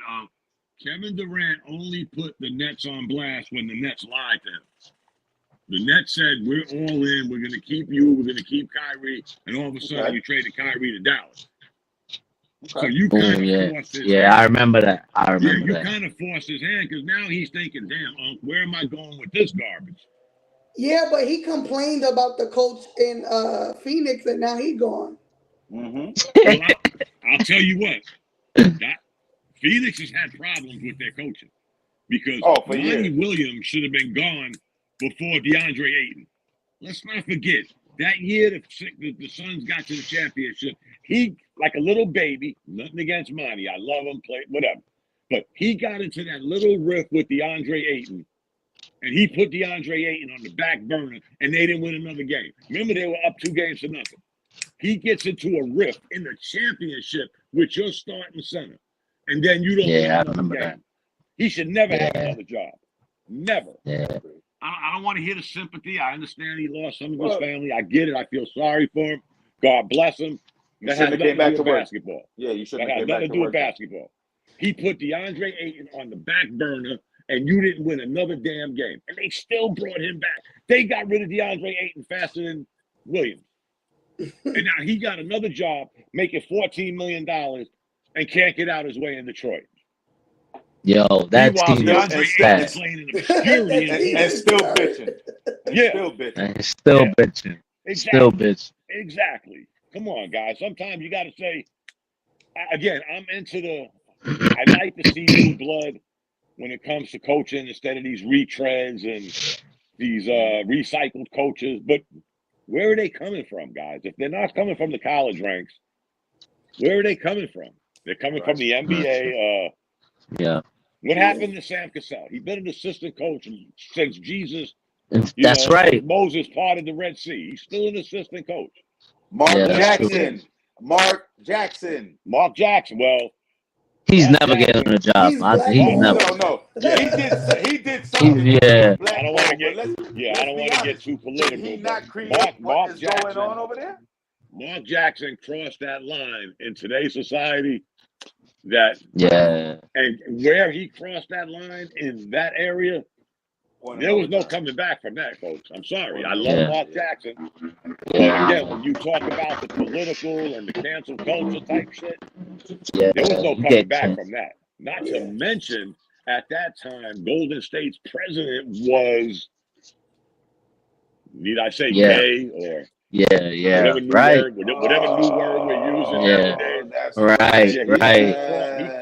It's true. I remember. It's true. Right. If he would have did that, if he would have said what he said in, let's say, Chicago, or not Chicago, Utah, let's use Utah, and they'd have shoveled that under the rug. But where he said it, who he said it, you're right. I'd love to see him come back, guys. Because in San Francisco, you're right. You say that shit in San Francisco? That's the capital. Oakland, the Bay Area. That's the capital. No coming back from that. Not there. And I'll be there in a couple of days. Matter of fact, anymore. He probably can't even go there. He probably don't even do games. Listen, and if he would have said that 10, 15 years ago, it might not have been a problem. But now you can't say things like that. Social media, cancel culture. You can't. And then again, another thing that hurt him was, I'm going to sit here and tell Miss Nick how I feel. And then all of a sudden, out of nowhere, some back channel stories come out about you and some of your transgressions. So here we go now. Now we're pulling straws. Again, I don't want to turn this into a political or something debate. But again, he sort of kind of said it in the wrong place at the wrong time. And then again, when you say shit, you better make sure your door is closed because they're going to find something. And they did. They found some transgressions with him. So they used that instead of because of what he said. We're getting rid of no. It was that and what he's been doing and the shit he was saying in the locker room. And now all of a sudden we got a snowball And I still believe he deserves another chance. But I got a funny feeling, folks, because of what he said and the group he targeted. He won't ain't no coming back from that, fellas. Sorry, ladies. Yeah. And not only that, but I heard there was like an assistant coach that was silently recording him saying things and doing all this other shit, and that's another reason why he was, pretty much fired and all that. Yeah, he's cooked. Yeah. They make it sound like he just got blacklisted for. Again, does he deserve a second chance? I mean, I hate to say that to Miss Nick because she can't stand Durant. You mean to tell me there's a reason why Mark Jackson is fucking with Mason Cameron? Because like that's all he can do. Yeah. Like that, like right now, yeah. Because look, like he got fired. He got fired from ESPN. You know, him and Van Gundy, which I thought was ridiculous. Nobody gets fired. Nobody gets fired from ESPN. It's always, Disney owns ESPN. Yeah. Right. Disney has been into these cuts with ESPN for quite some time because of the revenue and the ratings. Yeah, and, Again, Disney has been having a rough time with Marvel. They haven't had a really good Marvel movie since Spider-Man. The last Spider-Man. So they all of a sudden wake up one day, Kevin, say, "Oh shit, it's cut time. Miss Nick, y'all gotta go." And it was Van Gundy and Mark Jackson. And look who they replaced them with. Doris Burke and JJ Redick. Nah, but you know what? God bless him because now he got his own show with his son. So that's dope. Yeah. Who? He got his Mark Jackson. He got his own podcast with his son. Listen. When they got it through Cam and Mace. Right after I finish the show, I'll follow them. So I subscribe to them on YouTube. I'll send you a link, Dom, so that way you could catch up. They done like at least 5 maybe 10 episodes already, and it's pretty dope content too, man. Like I love Mark Jackson. He's straight up, and him and his son, it's dope, man. You gotta see it. You gotta see it. I got for the Knicks for the playoffs. Yeah. We used to say the same thing about Patrick Ewing. How long Ewing was an assistant, and then I think he kind of sort of took one for the team. Going to Georgetown, right? That lasted a hot minute, but it also left a stain on. Let's be realistic, guys. If y'all watch college ball, Georgetown, the Big East, they haven't been the same since the Big East decided to move team. Look at Syracuse. Syracuse thought they were going to come down here and play in the ACC. No, this ain't the Big East, bro. Syracuse ain't been the same since they came to the ACC. These are the big boys down here. So they kept in the Big East. But the Big East has been weak for years. And he could win in Georgetown. Kind of, sort of. I always thought, folks, I don't care what the riff was with Patrick Ewing. It became the curse of Patrick Ewing because we didn't make the playoffs for 20 years. Didn't get out the first round but once since they put Ewing on the shelf. Couldn't y'all hire him to do something with the Knicks? I mean, we got all these other guys that were part player development, something. Yeah, we got all these other guys showing up. Spreewell, nothing against them. Just stay with Larry, Spreewell, Starks, Camby. None of these guys were Patrick Ewing. Patrick Ewing was our Patrick Ewing. I'm gonna name you. I'm gonna give you one name they hired as an assistant: Herb Williams. Yes. But for some reason, we kept overlooking Patrick, and you got all these other guys coming to Knick games, sitting courtside, sticking their chest out, got some made-up damn title with the New York Knicks, and there's Patrick Ewing, our Patrick Ewing. None of them guys were ours.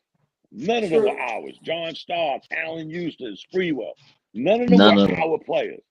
Patrick Ewing was our guy, and we treated him like that. And we was cursed. We was cursed for years, man. For years. Yep. Bring them back, man. Give them something to do. That's why I say we're not trading Randle. We don't need another curse. No, you're right. You're right, Miss Nick. We don't need that again. And you know why it'll be worse, because this is a guy that chose us. Yep. Like he chose us. He said, Yeah. and I I saw. always make this very clear. Like from day one, he said, "Yo, I wanted to take on the pressure of coming to New York and helping that organization win a championship." You know what I mean? And that to me meant a lot. Because Hell when you yeah. got guys like LeBron, KD, Jimmy Butler, Kawhi Leonard, Chris Paul, you got all these guys just not even Avoiding us. giving us, avoiding us, Avoiding us. not even giving Scared. us Scared. visits. Scared. Like they nah, won't I even want that. visit us. They wouldn't But visit us at all. sometimes when you go back, Kevin, you really look at the start of that was Phil Jackson's fault. You can say Yeah, what you want. Phil yeah, Jackson, yeah. and forgive me saying this. I know a lot of people love him. Between Nah. Phil Jackson and Not us. Carmelo Anthony, that set us back 5 years. Yes. Yeah, that's a The fact. Phil I agree. Jackson era and the Carmelo Anthony signing or trade, that Trade. set us back 5 years. So I now agree. everybody's looking at us like we're poison. We're serious. Yeah. Who wants to come in? And again, fast forward, all the poison, all of this. We got Julius Randle came to us when nobody. Julius Randle came to us before Tom Thibodeau. Remember? Yep. We get Randle, Yep. then we signed Thibodeau.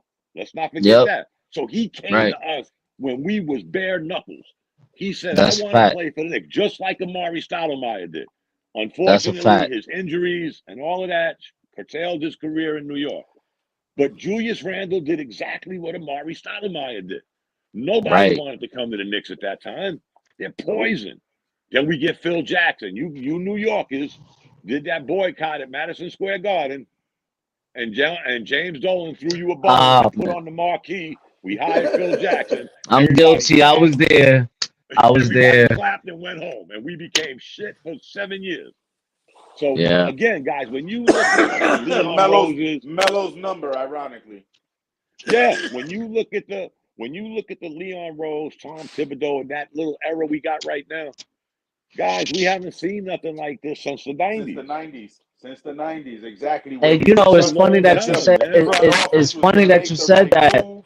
We wasn't gonna sign Clarence Witherspoon for $40 million. You could trust that. You could trust your organization, man. But it's funny, right? Because Julius Randle came here, and they always talk about Tom Thibodeau doesn't know how to develop players.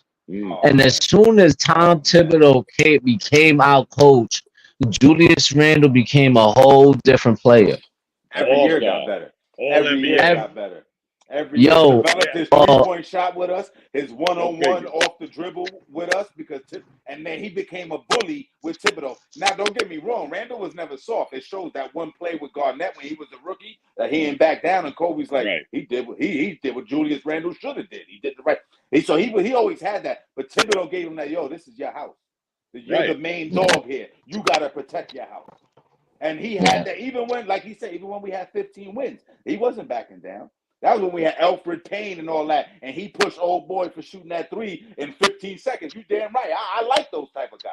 I'm sorry. I like those. I'm the one that pay the bruiser guy. Keep that nigga on the end of the bench for $7-8 million a year. Like, yo, go take him out. I'm one of those 90s old guys. I'm one of them. Yeah.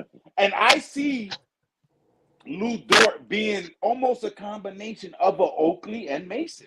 Because he can dribble the ball, he can handle the ball like Mace, but he's tough like both of them. I'm stuck on that. I mean, we're talking about, all I keep thinking is I'm picturing them in my head. And I'm like, yeah, I ain't gonna lie. Crazy. I ain't gonna hold you down. I mean, down, fuck my head. What I'm thinking in my head is now, we're gonna give up a boy. Who's fucking expendable? Now I'm thinking like, who's expendable? And I'm thinking like, all right, am I thinking as a fan with emotion? Or am I thinking as a fan with intention? And and unfortunately, at the end of the day, we don't. I mean, we're attached to players, yes. Yeah. But if it's gonna make me better, it's gonna make us better. Yeah. The only player. Because at the end of the day, it's about. The front of the jersey, the only player I've had in front of the jersey with the Knicks over the last umpteen years is probably Julius Randle. I mean, again, I'm old enough to remember Clyde and Pearl, the real Knicks. So Julius Randle is like the that Bush of replacement Bradley player for me when it comes to Walt Frazier. You know, I Shit, always thought, and I still to this day think Walt Frazier is the greatest Knick ever. People don't know because they weren't around. But again, we live in a world with Google and you can research. I challenge anybody to find me a player that had a game 7 that Walt Frazier had that year the Knicks won their first chip. And minus guess what, his, guys? minus his Julius Randle. Remember, guys, back when he had them 36 points, 10 assists, 5 steals, they weren't keeping 7 steals. rebounds. Steals was not a category. And Walt Frazier was the greatest defensive player in the NBA. But they weren't. Yes, steals were not a statistical category back then. So how many steals did he have in that game? He might have had a quadruple double, but you will never know. He's my greatest. He's my greatest Knick. Yeah, I mean, I to go back to Randle, like, I'm not. No. I just don't see I don't see anything that we would trade him for that makes us better, and so. Or even in fair return. We're not going to get the same value or better back. And not only that, like, people just are so stuck on he don't perform in the playoffs. He don't do this. Bro, he's been hurt. The chemistry even he has with JB is crazy. And the way you see them interact with each other, even off the court, is like, do we mess that up and chance? Nope. You know what I'm saying? Something, making a move and it not working, or, I've been saying it for show after show. It's not always about talent. It's about fit. You know what I mean? When you look at teams that have won championships, like the Pistons, like that Dallas team that won, they had talent. They weren't overly talented, but they meshed well together. A lot of the San Antonio teams, it's not always about It's not always about having them big names. It's always about fit, health, and it being a team. And I think we've shown already that we're a team. Right. And we're a complete team from top to bottom.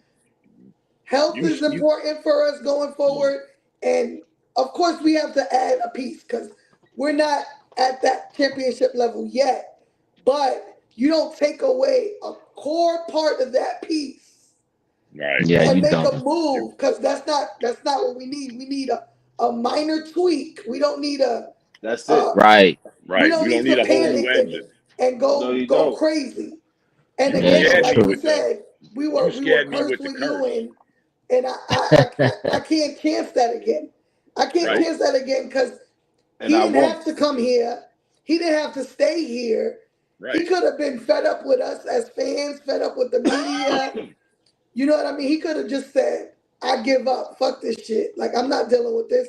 And now I understand why other people didn't want to come. But no, he put his big boy pants on, and he comes out and he gives us what he can every night.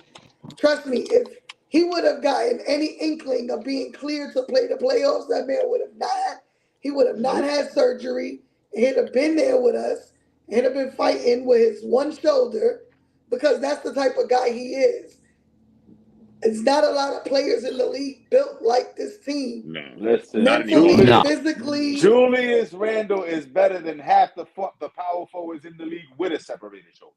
I always said that. Yeah. He's better than most of them, period. Right.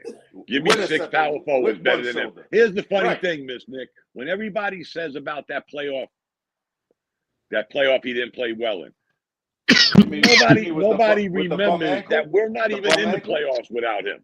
Right. But nobody also remembers who was he going to war with.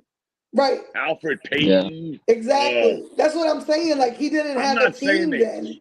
Yeah. He had no one to help him. Think about it right now. If we had him, let's say we didn't have OG in the playoffs. OG's hurt. He didn't play. We don't have Mitch. Randle and JB alone, we sweeping both teams. Yeah. Yeah. Yeah. Easily. Yeah, especially after we got Bogey and Right. brought back Burks. what's my boy Alec name? Burke. Burks. Yep. Alec Burks. Yeah. Those were two little minor pieces Exactly. that would have propelled us to at least the Eastern Conference Finals. Exactly. And that's why I think like it's gonna be a tweak that happens. It's not gonna be nothing that's crazy. Even think about like last offseason, we got Dante. Oh, Dante, he's not gonna move the needle. He Yeah. ain't that guy. Yo, let me tell you, him and Jalen Brunson had been my favorite. Don't get me wrong, Julius Randle. When we signed him, what we said, oh shit. Oh shit. I was like, yo, I said, oh shit, it's about to be a wrap. And and I was like, yo, he about to shatter Evan Fournier's record for the most 3-point shots in the. He was gonna shatter it. When we got Josh Hart, everybody was saying, "Who's Josh Hart?" What Yeah. But again, nobody looked at. Here's a guy 6'4", almost averaging 10 rebounds a night. Yeah, that's a fact, Dom. That's a fact, Dom. But 20 minutes a night, and he was averaging 8-9 rebounds a night. Yeah. At 20 minutes, come on, guys, really on a we shitty were team happy like over Portland. here. We were super happy. Yo, Dom, let me tell you something. You know what else was big with me? He needed to work on a 3-point shot. And what he do? He worked on a 3-point shot. He showed us, all right, this is what I got to do. I got you. I'm going to work on it. Right. That's what I like more than anything. But then again, Thibodeau don't develop nobody, so. Yo, that's true. Yo, listen. But since that trade, I think we've won almost 70 games with Josh Hart. Yeah. Yep. Yeah. Well, again, this guy was 6'4", playing power forward for 3.5 months. And led the playoff, and Dom, he led the playoffs in rebounds. Till 2 games ago. At 6'4". At 6'4". He's the same size as our greatest point guard we ever had, Walt Frazier. He's the same size as Walt Frazier. That is wild. That is wild, yo. That is wild. And that's over Joker. That's over all the top guys. Joker and Anthony Davis. The list was crazy.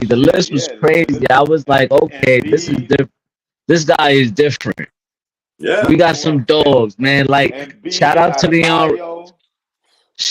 our front office for bringing in these dogs for us, man. Because and I think it's only get better. Brunson was at the top of the scoring in the playoffs until the last game where Luka went and passed him, but Brunson ain't playing 2 weeks. Hello. Yeah. Again, guys, a little piece here, a little piece there, and let's not get beside ourselves like some Knicks fans. If we don't win a chip, we ain't shit. It's if you can't see where the Knicks have been, where we are, and where we're going, then you ain't a real Knicks fan. Yeah. Say that again. You ain't a real Knicks fan. Not only that, you're living off of that's exactly what I be telling people that be hating on us. Like, yo, why you hating on us? There's been no reason to even talk about us for 20 years. Now that we good, the Knicks, it's like, yo, why you even hate? You should be like, damn, man, I don't fuck with y'all, but y'all looking all right. That's what I like. Because I live in Delaware, so I'm dealing with Philadelphia Sixer fans. So it was a hell of a first round for me. Oh, and B's hurt. I'm like, and B's hurt. Are you not forgetting we're missing 25, 10, and 4, bro? Are you serious? We're missing. No, Brunson's the number one. Yeah, Brunson's the number one guy now. He got pushed into that. I said before that, he was not the number one guy. I said it was Randle. Y'all forgetting we lost Randle midway through the season. Y'all forgetting that. Nah, but Embiid, I'm like, it's the same thing. Had we got Randle back for the last 12 games, by the playoffs, trust me, he'd have averaged at least 20. Maybe not his 25, but 18 to 20 because he's coming back. But the saddest thing, what you're saying, Phil, Unc, it's Knicks fans that are saying this. I could take that. I could take that from a Celtic fan, a Cavs fan, that you ain't shit, y'all ain't. But I will end it with this, and Remember the saying Knicks for clicks? We all heard Yep. Knicks for clicks. Oh man, I still use it. Knicks for clicks has been overused and overburied by Knicks fans. It used to be the other people that knew we sucked. And they would use our name to get a click and get a this, get that. Now it's our own fans. Yeah. But see, some of the good fans said to themselves, Becky Hammond, Candace Parker, all the chitter chatter about Jalen Brunson. Yeah, their mouths was fans full. came together then. They mouths I've never been more proud season. of Knicks fans than I was then. They came together and said, "Man, shut up! You don't know what he ain't that dude. What dude are you talking about? Like you never seen a guard that small. I assume you never heard of Isaiah Thomas. I assume you never heard of Nate Archibald. I assume Iverson. you never heard of these guys, Allen Iverson. But you want to do Knicks for clicks on ESPN and on TNT to get your name out there. But Knicks fans didn't take it this time. They went full Monty on this shit. Like, yo, Candace Parker. We just gonna send you out your damn mind. As many times as Knicks after every game Brunson dropped 40, this kid tagging crazy. Parker, tagging Becky Hammond. We was on their asses. Well, yeah, we was at her. Every game she was tagging. But that's how you know it's Knicks for clicks, because those same people that backed him up say the dumbest shit. Yeah. And It's again, true. Miss Nick, nothing annoys me more. See, I'll say something, and a Candace Parker or a Becky Hammond or a Reggie Miller, Kenny Walker, Charles, all of them did this shit, guys. They all threw us under the bus. I can live with that because y'all are talking heads. Okay, we're gonna get to you later. But it's the Knicks fans that bought into this shit, and it's my way or the highway. We don't win a chip when you weren't even alive. Your parents probably weren't born when the Knicks won their last chip. But you don't see what we're doing? You weren't around when me and Miss Nick was talking and the Knicks won 17 games. You weren't even around for that shit.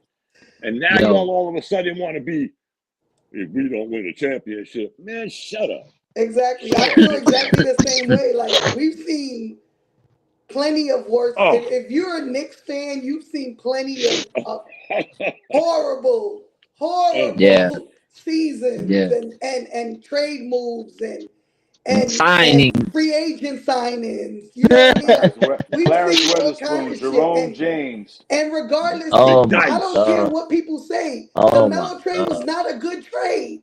It was not a good trade for our franchise. No, it wasn't. I don't care. Listen, my favorite player is Melo, and it was not a good Melo. trade. I appreciate him. A good trade. Right. I appreciate him as a player, but he wasn't a good move for the organization. Like Dom said, it set us back way too long. 7 years. Think about that, guys. You have to be.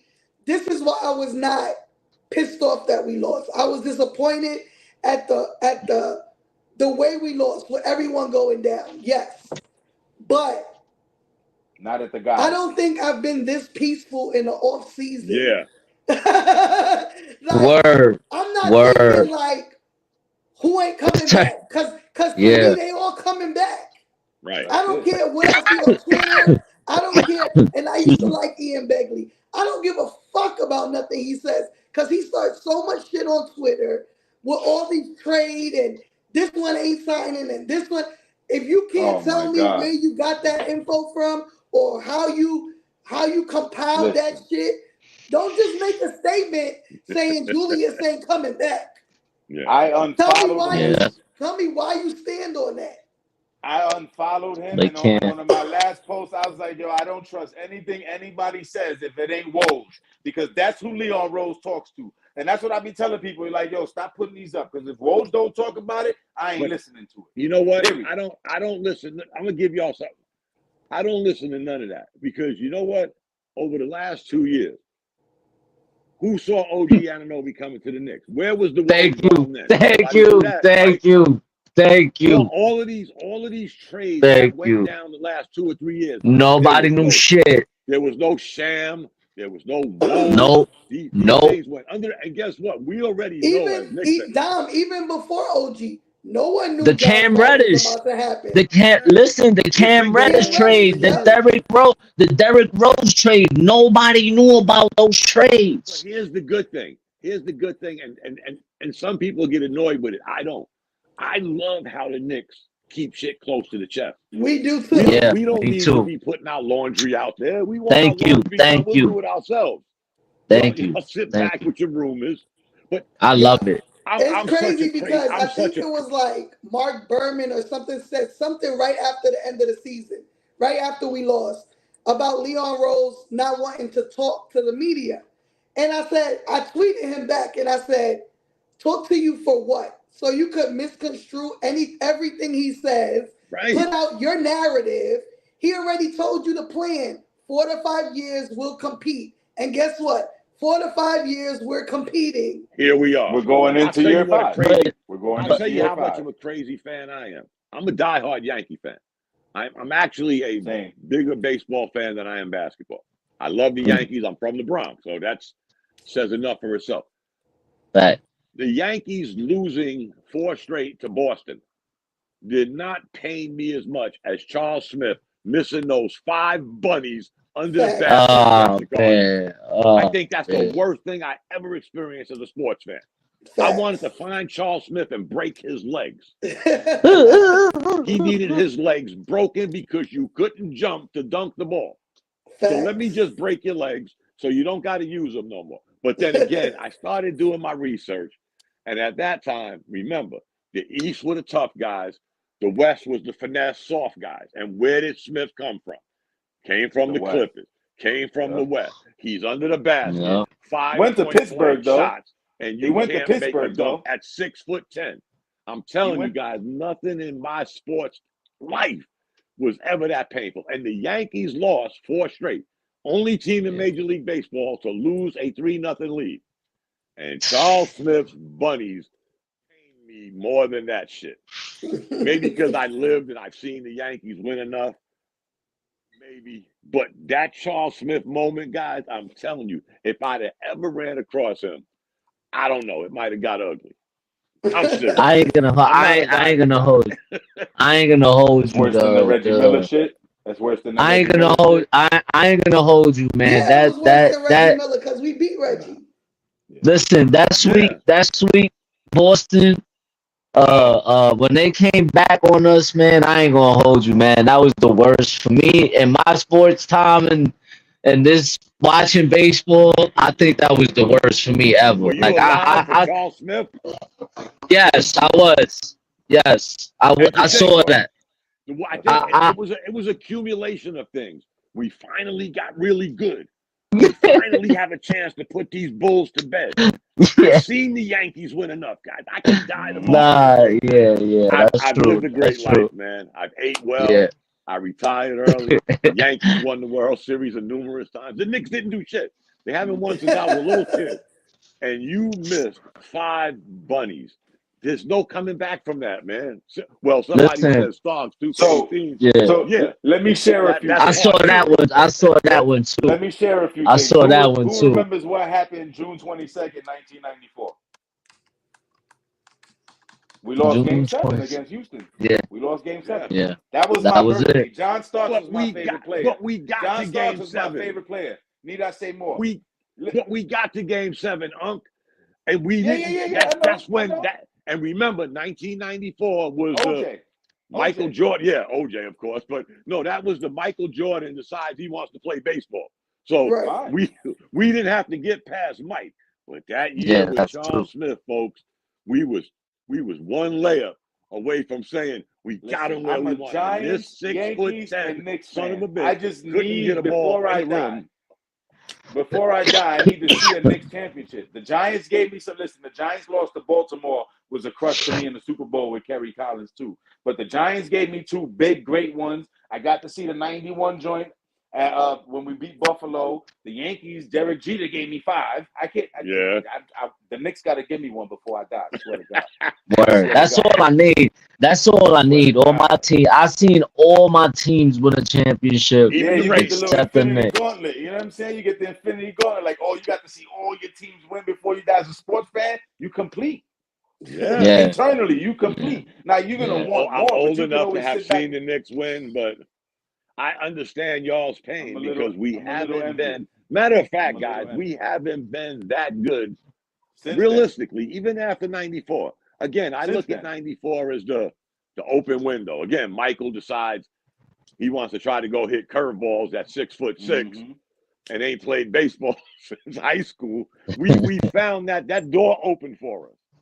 Yeah, now, guys, we're competing with everybody in the league, and we're very close. I don't care what Knicks fans think.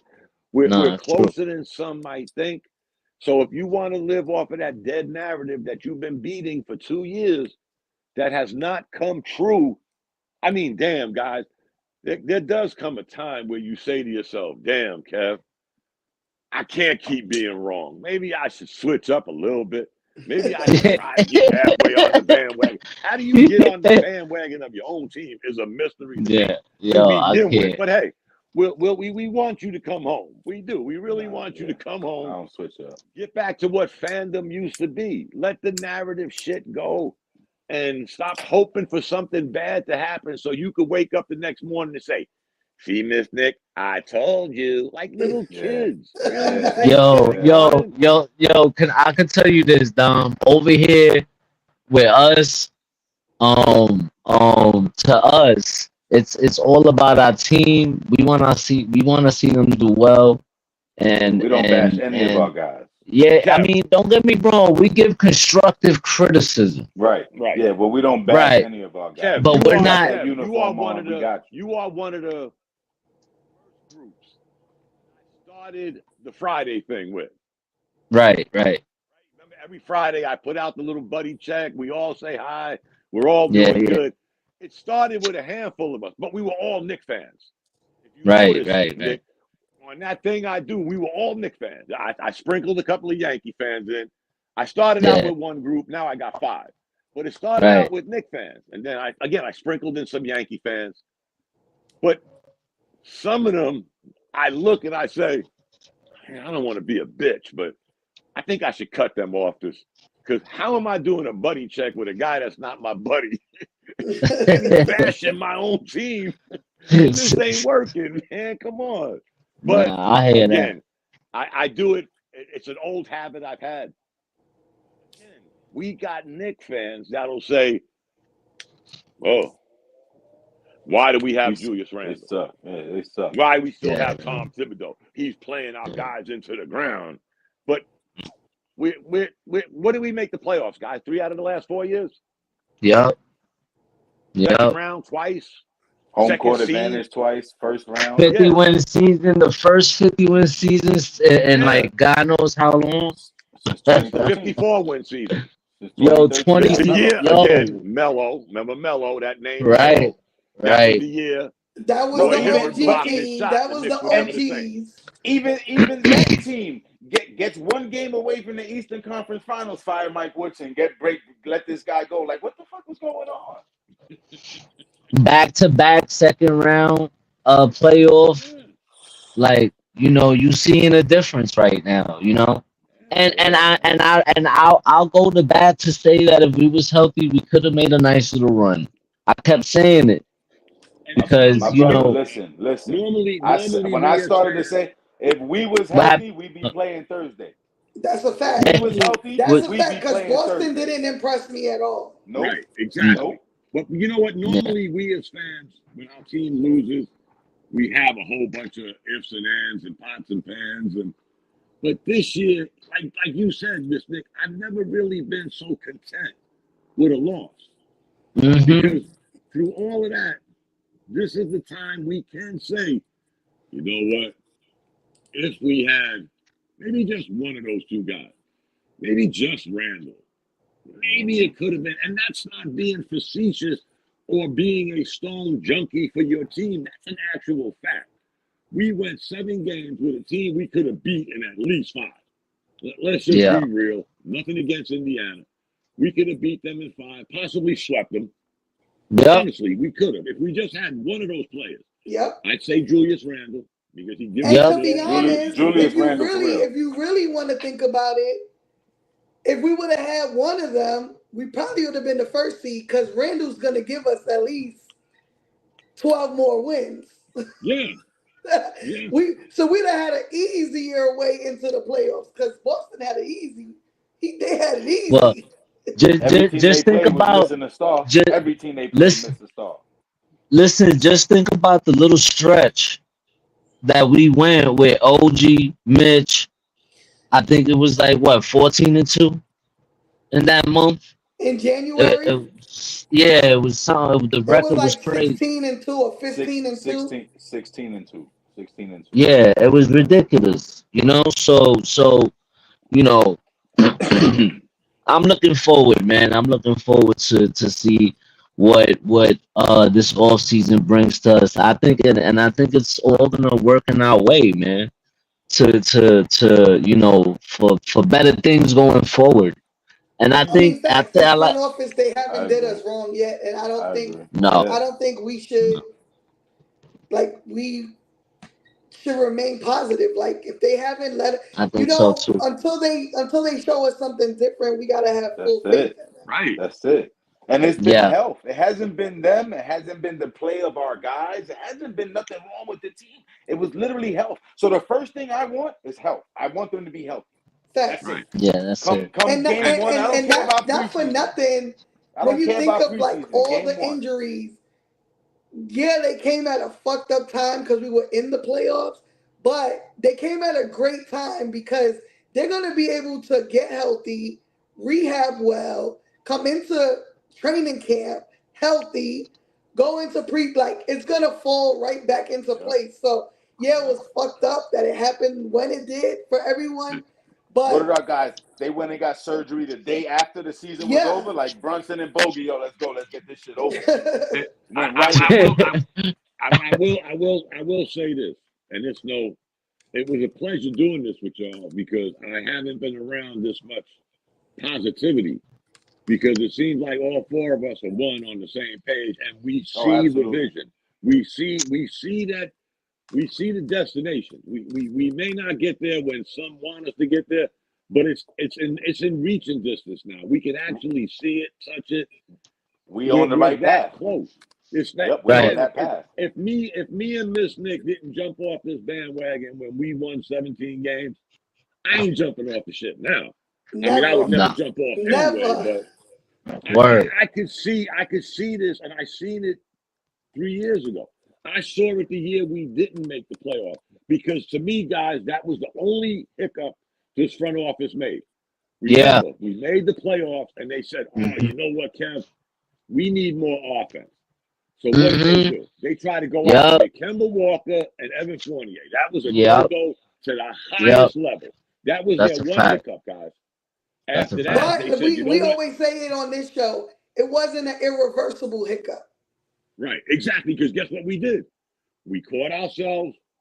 We hugged each other and said, "We'll be back next year." Yeah. And we made the playoffs the last 2 years after that hiccup. Yeah. There were contracts we were able to move around. It wasn't like we did some stupid shit going back to the Melo trade. Like Melo trade, they reversed the shit, stuck with him with no role players because we done gave them all up. So it wasn't get the role players and the picks because Jamal Murray was their pick. That was the greatest thing, guys. We took that 1 year, not 7 years. It took us 1 year, a season and an off season to say, Kev, I'm sorry. I apologize to you wholeheartedly. Shit ain't gonna happen again. And they haven't done it. They haven't stepped on it. They haven't made some dumb move that's gonna set every move they made since Kemba Walker and Evan Fournier have done nothing but move us forward. Think about that. Majorly move us forward. That's a whole fact. And that's how you know that we have this front office is the real deal. Exactly. Because that's how you know pressured. They didn't allow the other team to put back us against the wall. Like, hold on, your guy's leaving you if you don't trade him. So if you don't want that offer, and I think some fans got lost in the transition of Leon Rose being an agent, and now that was perfect. Right, but I think some Knicks, perfect. But some Knicks fans were thinking he was going to come in here and wave a magic wand, and everybody was going to run to him because he used to be an agent. He didn't do that. He took the little pieces, and made the whole collage. Brick by brick. Nobody ran to us. Remember, we got Julius Randle. Nobody said, "Oh, I love Leon Rose so much, I'm gonna run to the Knicks." That didn't happen, did it? Nah, but that's a fact. He took those little pieces, Kev, and said, "You know what? We can't make a puzzle with two pieces.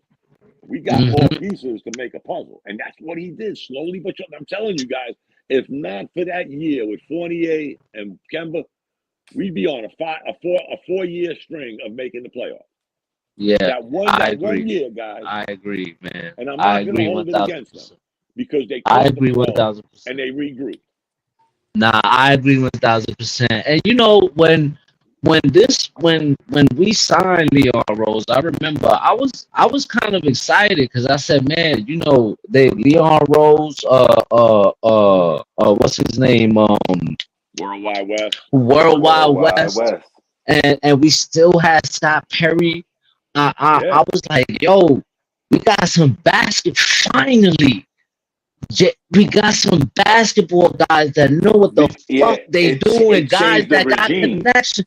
Yo, these guys got connections. These guys know business. These guys know how to get deals done. These guys know all this stuff. And I'm hearing Knicks fans already trashing this guy. I said, yo, bro, y'all gotta give this guy. Y'all gotta give this guy a chance before y'all start What did we gain? What did we gain in a loss when we got Worldwide West and Leon Rose? Who was the odd man out that drove us under the bus for so many years? Phil Jackson. What was our GM's name back then? Steve Mills. Steve Mills. He was gone, wasn't he, guys? It was goodness. Steve Mills was like the Deuce McBride thing. We're gonna sign Deuce McBride and get rid of everybody else. We're gonna get Leon what's good, Ralph? And Worldwide West, and we gotta get rid of this guy. If for nothing else, the stigma of he was part of the collapse. Let's keep it a fact, guys. He was part of our collapse, so he's got to go. So terrible. Right, whether we like him or not. Hey, Unc, I love you. I love you like a brother, but yo, you was the jinx. You was part of this shit. You got to go, and that's what they did. And you know what? Even Scott Perry, they let bow out gracefully because again, even he was a part of. As much as I like Scott Perry, guys, he was still a part of that stigma, that jinx that Miss Knicks is talking about that we don't want to experience no more. So again, we not only became a contender or a playoff team 3 out of 4 years, we cleaned house very quietly too. It wasn't like the wheels were coming off again and we decided, Kev, you got to go. No, they didn't sit on the low. They put their group together and they slowly but surely, I ain't gonna say took out the trash, but again, we emptied some garbage pails. Recycle. And when it was all said and done, we have what we have now. Great front office, great coach, and all the little pieces moving forward. Guys, I'm telling you, I ain't gonna promise, I ain't gonna make no prediction, but the Knicks are gonna win a championship in the next 3 years. No, listen, I told my son, you know, he's 2 months. I agree. I told him, I said, son, you came at the right time. Yeah. I said, you came at the right time, kid, because we about to go on a ride. You have no idea what you getting yourself into, buddy. My youngest son, unfortunately, my wife and I lost our oldest child 2 years ago. I'm sorry. Oh, sorry to hear that. My youngest son, thanks. My youngest son was always a Knicks fan. I think my oldest son used to just hate me and my youngest son, so he became a Mets fan, a Raiders fan. The opposite. He became everything me and my youngest son was.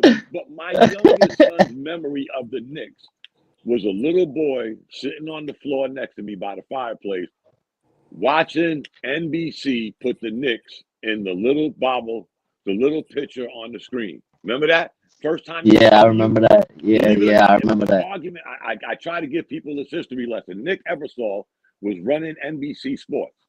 NBC wanted to cut the Knicks off, cut this championship shit off. This is more important. He said, hey, they got this new thing where we could take and put a little picture in the picture, what we now call picture in picture. First time they ever use this, people. Trust me. Research it, whatever you want to do. First time they ever use picture. Now, here's me and my little son. The Knick game is this big. He is a knucklehead, and I'm forgetting how young he is. First thing I said was, I thought the Los Angeles police were so violent. Why ain't they shooting the tires off this motherfucker? They shoot the tires, pull this son of a bitch over. I thought y'all were so gangster. And this shit went on for hours, and the Knick game stood in that little box until the game was over. And the game was over, and OJ was still driving. Still on the highway. Yeah, that was the first time they ever used picture-in-picture. Dick Ebersol is the president of NBC Sports. Crazy story. There was my little son, like, oh, the Knicks are in the championship. And all of a sudden, we watched OJ do the speed limit on the highway for an hour and a half. Yo. There was more people cheering for OJ than they were cheering for the Rockets. Yo, that's a great yo. In front of him, behind him, I'm like, why are we watching this? Yo, Dom. My son says it all the time. Dad, that was the closest, and he's 30-something years old now. He's like, Dad, that was the closest I ever came. And ever since then, the Knicks have been basically trash. Until recently, of course. But again, he's a little boy watching this shit. This is his team.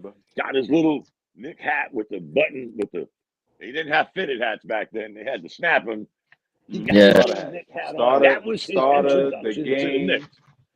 Wow. I think it rejuvenated a lot of folks. Like, the same thing like that. Like, my daughter, she used to watch it with me growing up because she ain't have a choice, to be honest.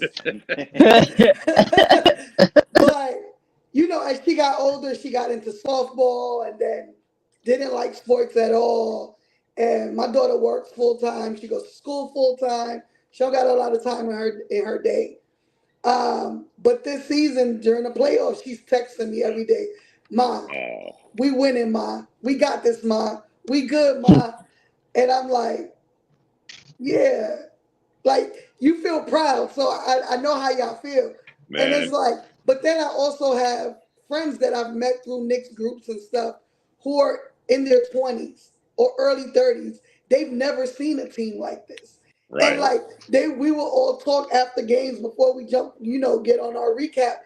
And they're like, oh my God, Anna, what the fuck? Like, this is crazy. And when we beat Philly, one of them literally, all he could say is, holy shit. Holy shit. Holy shit. And it's just like, I know they're real fans. They're just young. That's not even at our You know what I mean? They're just young. They never got to witness it. And it's like, let them enjoy this. Right. All they know is hell. And you know what? That's true. You know what? Enjoy those moments with your daughter. Because now my son lives in Florida. But we all have technology. So when the Knicks are on, we'll start off with us looking at each other on FaceTime. Then when the game gets too heated, we'll hang up. And then halftime comes. And we have our halftime talk show. And we don't say nothing the rest of the game. Yo, that's hilarious. Phone, but I don't have that, that sitting next to me type shit no more. Oh no. She wasn't sitting next to me. She lives on her own, but like I had told her, I was like, after we won the first game in Philly, I said, you gonna come watch game 2? And she goes, you're too superstitious. You're not gonna let me. So we just kept it like we both watched it separately, but we would text and stuff. But because she knows me, the guys will tell you whenever we won the next game, I had the same clothes on. I'll tell you, when my oldest son used to come over, because he used to live not far from us, I wouldn't let him come over when the Knicks were on. Serious. I mean, I love you. Because I know what you're going to do. And at that time, the Knicks weren't winning too much. So I know what you're going to do. Yeah, so I don't want to hear the bullshit. Yeah, you're going to sit here. You're going to wait for the game to go off and say, man, I told you your Knicks suck. No. Call me when the game's over. You can say anything you want after the game's over. But I can't have Let me tell you. Let me tell you, Dom, that's funny that you say that because what you're telling, it reminds me of me and my pop because me and my pops be having that ill heavy real chippy, to the point where he hangs up on me, bro. Like, me and him, when it comes to Julius Randle and Obi Toppin, it's like it's me and him getting into arguments. Like, yo, it's crazy. Now remember, guys, like after bad news, but after 9/11, I didn't get a lot of this time with my kids because I was always, on the run, chasing the bad guys. Right, I didn't have that until I think 2009. I retired. I think it was 2009. I retired. So it came back. Oh shit! And I was blessed. I had 2 boys. Both my boys love sports. And now I'm home. I don't got to do all this running around shit. But the Knicks still sucked. So there was me and my youngest son putting up with my oldest son throwing stones at her. So we're like, man, we can't deal with this clown when the games are on, man. And then we would tease him. You're a Raiders fan. You're sitting here talking about the Knicks, and you're a Raiders fan. Jesus, at least we got the Giants. It's a blast, man. When you look back, man, we've seen some shit with the Knicks, guys. Come on. Nah, we have. This is great times right now. No, let me tell you something, man. Like when I poke my chest out, all playoff long, all season long, me and Anna, we've been our chest out high, like outside, like I'm talking about. I debate. I see any fan in the street, I debate them. Like this guy is crazy, bro. You Knicks fans are crazy. I'm like, yeah, we rolling patch, bro. Like we real Knicks. Don't fight with us. Especially this year. I used to see you and Anna. I used to see y'all, and I was like, I know her. I don't know. I couldn't correlate you because we just got names on Twitter. I'm like, right. All right. I know they're talking Nick because she's wearing a big Nick shit. Yeah. And how do I get? And then you text me or message me a few days ago. Hey Dom, I'm like, oh, this is them. When I turned the thing on tonight, I was like, oh, this is them clowns that talk about the. Oh shit! It was great. I mean, but I've watched y'all. On the low, I wouldn't chime in. I see it. I watch. Oh, thank you. And I'm like, oh, these are Knicks fans. Nah, listen, man. You could come in. You could come here whenever you want, man. You're more than welcome. I met you doing spaces. Yeah, exactly. Yeah.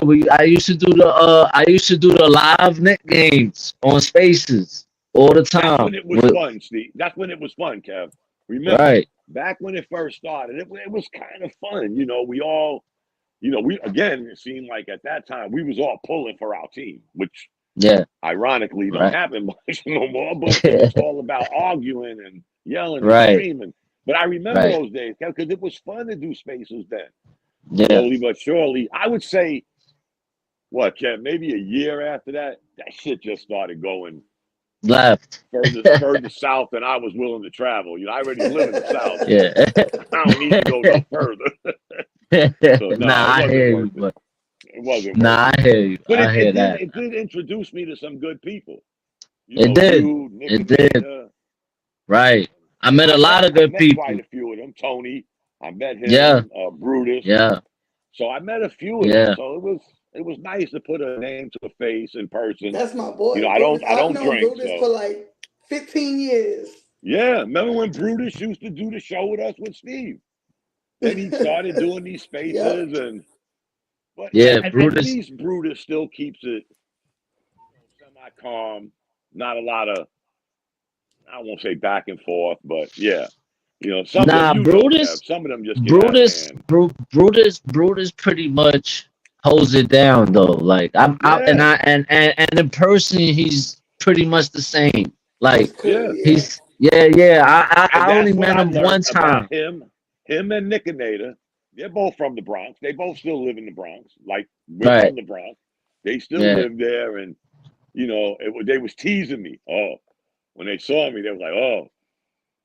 Last time you came home, shit, I don't know, guys. To be honest, I mean, I'm not gonna lie to you. I can't remember the last time I was in the Bronx. Probably when they had I grew up in Throgs Neck housing. So they used to have I know what they I know used to have these get-togethers every year. They called it Frog's Neck Day. By the I think cemetery. it was probably the summer before By I the retired. cemetery, right? What in cemetery? the winter. And I went to one of the reunions. And that was like the first time I've been home. And again, I was a little busy, guys. Not to say what I did, but I was, kind of busy. I didn't have time to be fucking around like y'all. I had a real tough job. But I finally decided to go. And that was maybe 2008. And I just went when the Knicks clinched the 2 seed. That was this year. So that was 16 years maybe that I had been. And you know what pains me the most, guys? And I have not been to the new Yankee Stadium. I am going this year. Me neither. Going in August. Me neither. I'm going back, guys. I got to do it.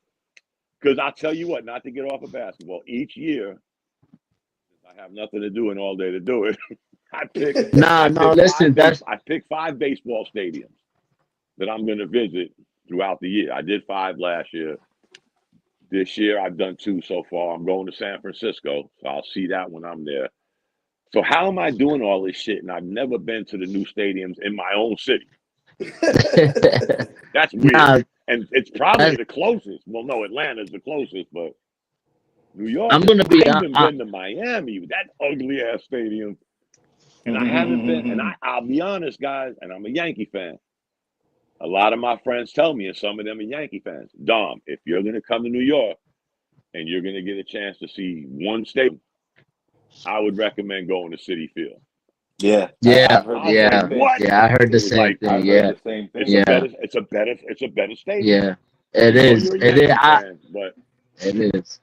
I'm gonna be honest with you, Dom. Like I'm gonna be honest with you, Dom. When I go to Yankee Stadium, I guess I'm depressed, bro, because I miss the old Yankee Stadium, number one. So when I see that big space across the street, it fucking pisses me off.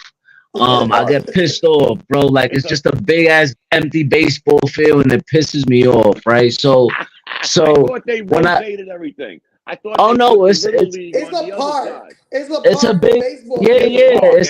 It's a big park with like 3 different baseball fields in it, and then you got some shit. Yankee Stadium was here, across the street, which they flip flopped. Where Yankee Stadium is now is where I played in the Babe Ruth Little League. I played right there, right across the street from Yankee Stadium. So when I went home, I was home when the stadium was still being built. And my friend lived on the concourse. He lived right up the street from the new from Yankee Stadium, period. So we went down. It was almost completed. So we're looking at all of this shit. And again, I didn't even realize, guys, it's been 15 years since that stadium has been open. Yeah. And I think it opened in 2009, right? 2009, yeah. 15 years. And it's more, to me, it's more like, it's not for the fan. The pool. It's not for the fan. It's not for the fan. It's not. No. It's more for like corporate America. You go there, and there's it's more like about business than more for fans. It don't make sense to me. Like, y'all could have just upgraded the old stadium and called it a day. Y'all didn't have to tear the whole thing down. And it was so much history there, and you tore all that down to make it this. I'm like, it sucks. And to piggyback on that, bro, we got 2 football teams playing in New Jersey. I know. Yeah. So both old stadiums, or you build a new stadium, you could have brought the Jets, send them to Queens too. You could have sent them with the Mets. You could have brought the Giants to the Bronx. If you want to do that, that would have been big, because they would have had to gentrify everything and make it a complex. Because out here in Philly, that's what they got. And I'm like, damn, New York is crazy. We got the Yankees in the Bronx, the Knicks in Manhattan, and the Giants in Jersey. You go to Lincoln Field, everything is together, yeah. Right. Everything. Sort of like Dallas. Dallas is like Wells Fargo, Citizens Park, and Lincoln Field all together. You go to Dallas, you're right. The Rangers, the Cowboys, and the fucking the Stars. Yeah. The Mavericks. Like, it's crazy when the Mavericks is far. The Mavericks ain't where the Cowboys are. Yeah. Oh, they separate. They're not in the complex. Yeah. The Mavs are downtown, and then the Cowboys are in Arlington. Yeah, they're out in the middle of nowhere. Yeah. That's Mark Cuban. He said, "Don't put me near Jerry Jones. I'm my own." Yo, good night, great. Good night, Darlene. Have a good night, Darlene. They could have renovated it like they did the garden, because the new garden inside is gorgeous. You know what? You know what's weird? I don't know if y'all are old enough to remember. The Giants used to play in Yankee Stadium. Yeah, my pops play in Shea. My pops told me that. When they started doing all, because I don't know. Again, I mean, I'm not old enough to remember, but I heard and I. No, yeah. I'm not either. They redid Yankee Stadium it reopened in '76. The Yankees were playing the Shea Stadium while they were doing the renovations. Because back in the day, the old Yankee Stadium had beams everywhere. So you was watching the game like, and y'all all know the Bronx, right? Y'all from the Bronx. Yeah. Back then, they used to let you go across the field and go out in right center field. If you was getting on the train, it would let you go right out of right center field. They would open the wall. Oh, wow. And again, urban legend. I'm a little kid. I'm with my uncle. And at that time, they had the monuments on the field. There wasn't no monument park. They were on the field. The flagpole was on the field. And I'm walking and I'm seeing these names, Babe Ruth. And I'm like, I'm a little kid. I'm like 7 years old. I'm like, shit, they buried these people here? They were like, nah, it's just a flag. But that's how we used to get out the stadium. We would walk right across the field, like. And again, at that time, guys, the Yankees sucked.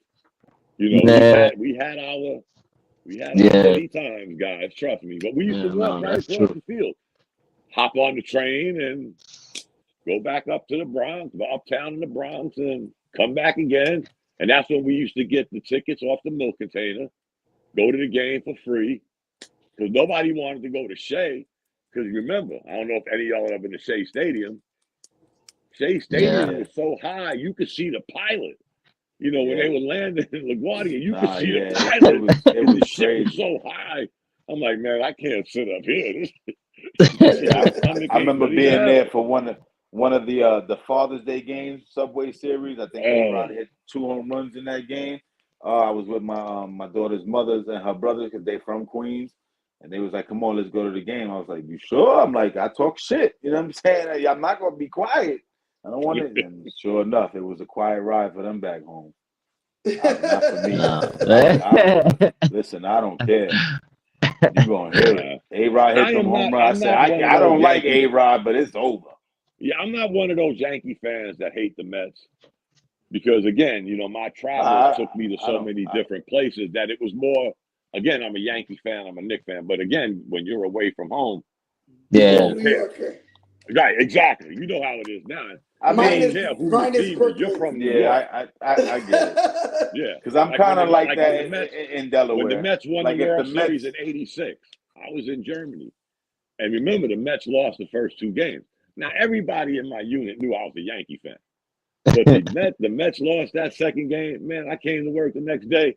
I'm not thinking about the shit. I'm not a Met fan. I want them to win, but as soon as I came to work, what's up with the Mets? Right. I'm a Yankee fan. No, you from New York. Don't tell me. Here we go with that shit.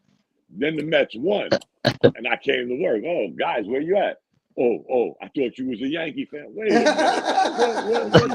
What we on here? I mean, come on. Yeah, but that was probably some of the craziest shit I ever saw when the Mets won. Man, that was crazy. But again, I'll tell you though. Nah, go ahead, Don. My bad. Nah, you can finish. No, I was never that guy. You know, again, I'm a Met fan, but I never hated, like, actually, I'm a Jets fan, but I don't hate the Giants.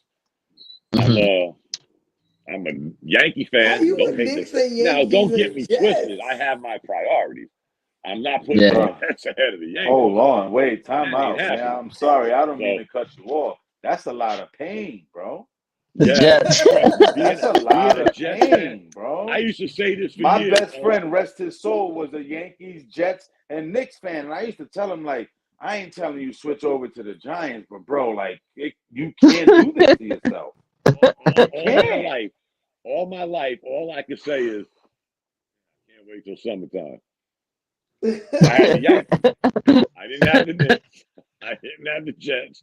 So I'd be like, oh shit. As a matter of fact, I was one of those guys that was like pitches and catches in 10 days. Because the Knicks couldn't win, the Jets sucked. Oh, you have a pitching catches. Oh yeah. Bro, you know, I ain't gonna lie though, you know, when it comes to the Yankees, man, they definitely proved me wrong. And I was talking to you about that, Dom, earlier before the season started, and I kept telling you how I felt like the pitching. I'm concerned about the pitching. What did I say?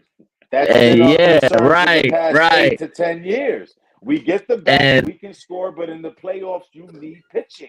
You gotta give Garrett Cole some help. Yeah. Oh, the bullpen looks great. Yeah, that's now. What about later? I will say this, guys, before my battery on my iPad dies. Those ain't them Yankees this year. If you, again, I'm into numbers. No. If you look at that Gill, and I always said to myself, why did it take so long to get Stroman on the Yankees? He's been begging to come to the Yankees. He's from New York. He played for the Mets, but that's different. Let's forget that part. Now you got this young man that comes out with a do-rag on his head. He's having fun. I love it. I don't think he's giving up an earned run in like 23 damn innings. Then you got this Luis Gill, who I kept telling people about. Yo, this guy's gonna be special. He's 8-1, 7 ERA 2.7 something is his ERA. They're doing this without Cole. Yeah, man. Without they got Cole. a closer now. They got their closer. And you know what? They're not just a home run or bust team. I mean, I hate to switch this from the Knicks to the Yankees. No, listen, they're not that team, Lou. Hey, Dom, that's what the issue. Hitting home runs. That's what the issue's for. Don't get me wrong. But Aaron Judge and Juan Soto will be up for AL MVP. That's how good Aaron Judge became. And Gill's going to be up for He is now a hitter. Yeah. Hey, Dom, I wanted to tell you that's what the issue's for. The issues for when we talk about other shit. You know what I mean? KnicksNish. So there you go. The issues, we started bringing up other shit, you know. But yeah, man, I'm super proud of them, man. Like, and I'm starting to catch up because the Knicks, I was so involved with the Knicks that once baseball season started, I wasn't even focused on them like that. You know what I mean? I was all in on the Knicks. I was all in. Yeah. So, you know, what, guys, when basketball season ends, I switch that damn shit faster than you can say Jackie Robinson. The day after, I'm still watching the games because I have. For sure. I have that MLB extra inning, so you know I got to see my Yankees. But I'm watching them, but you still got that Knicks shit going on. But as soon as the Knicks got eliminated, I was like, me too. And I'm not a casual fan, so I'm not watching a lot of the playoffs. I have not watched a full basketball game since the Knicks got. Me either. I can't do it. I can't do it. Forgive me for saying. Maybe a quarter. Maybe a quarter. You know what I'm saying? Watch Kyrie. I love watching Kai play. I ain't gonna lie. His game is so silky and beautiful. But other than that, I'm like, quarter's done. I'm good, man. The only time I watch it is if I'm in my room and my wife fell asleep. I'll sneak and put that shit on TNT for a minute. I will say this though, the kid Volpe, he's becoming one of my favorite Yankees, man. Like I'm loving it every single the shortstop. Volpe. You know why? Because we've seen this before. Like, yes. That guy with the 5 different last names, Kanafa, Galamufa, whatever the hell his name was. Yeah. I didn't think he was going to be a good Falafel. Kanafa, whatever the hell his name was. Yeah. I didn't think that this kid's name. And guess what, guys? Again, we've been doing all this without Cole, without Mayu. Stanton done lost weight, but he's still hitting home runs at 120 miles an hour like a Porsche. That's true. What the? I always like Stanton. He takes a lot of heat, but He does we what he knew does, what we guys. we knew what we was getting when we got him. He can hit you 30 home runs, but he's also going to strike out 200 times. You know what I'm saying? You got to take the good with the bad. He's going to get hurt if you make him play too much defense. So DH him. Yeah, so we knew what we were getting. That's why we ain't tripping. And then now we get Soto. I'll tell you what, guys. Oh, you got to give him that money. Sign him before this season. You got to give him. I was just about to touch on that. I was just about to touch on that, and I was just about to say, like, you know, he turned down a heavy contract. He turned down a real heavy contract from Washington, so he wants the big bucks. Now, I think he's what, 25? He's worth more than Aaron Judge. Okay, I hear that. He's 10 years. He's a better hitter. He'll last 10 more years. Let's just be honest, guys. Let's not pick sides.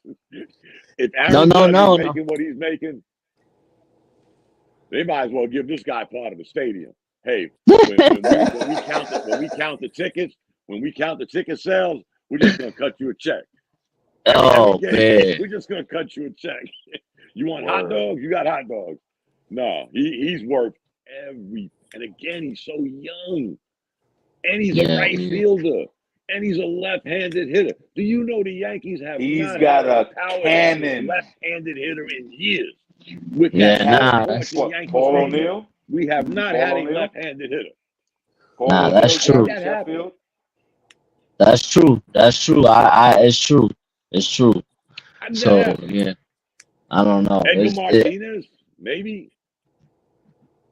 Tino Martinez.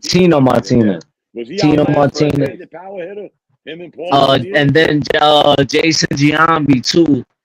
Giambi, we had Paul O'Neill too. And then after that, we had Paul O'Neill, Sheffield. One kid was supposed to be a stud, and he had that bad surgery. Bird, remember the first baseman Bird? Oh yeah. Big thing. And they screwed up with that surgery, and it never was the same. And he had a stroke. Then, he had a sweet stroke too. But then we had Mark Teixeira. Yeah, Soto is the first left-handed power hitter we've had in quite some time. That's a fact. Really? Yeah, that's a fact, guys. Yeah, but you got. I don't care how much he wants. This isn't an OG Anunoby thing. I don't care if this guy wants the Whitestone Bridge, the Thrasdale Bridge, the George Washington Bridge. We just give you all the bridge. We got bridges all over New York. Yeah. But anyway, man, listen, I'm gonna let y'all I'm gonna end it here because we've been almost on for 3 hours. That's crazy. Word, it was a great show. It was a great episode, man. I really had a good time. I appreciate the invite. So good. No, for sure. No, listen. We're gonna keep doing this. So Dom, next time we do it, I'm gonna let you know, man, and definitely have you come back so that way we can keep it going, man. Appreciate it. But man, listen, I'm gonna let y'all go. Appreciate everybody that pulled up. Let's go Knicks. See you on the next one. Take care, y'all. Run it back. All right, y'all. Have a good one. Yeah, you too. Later, y'all.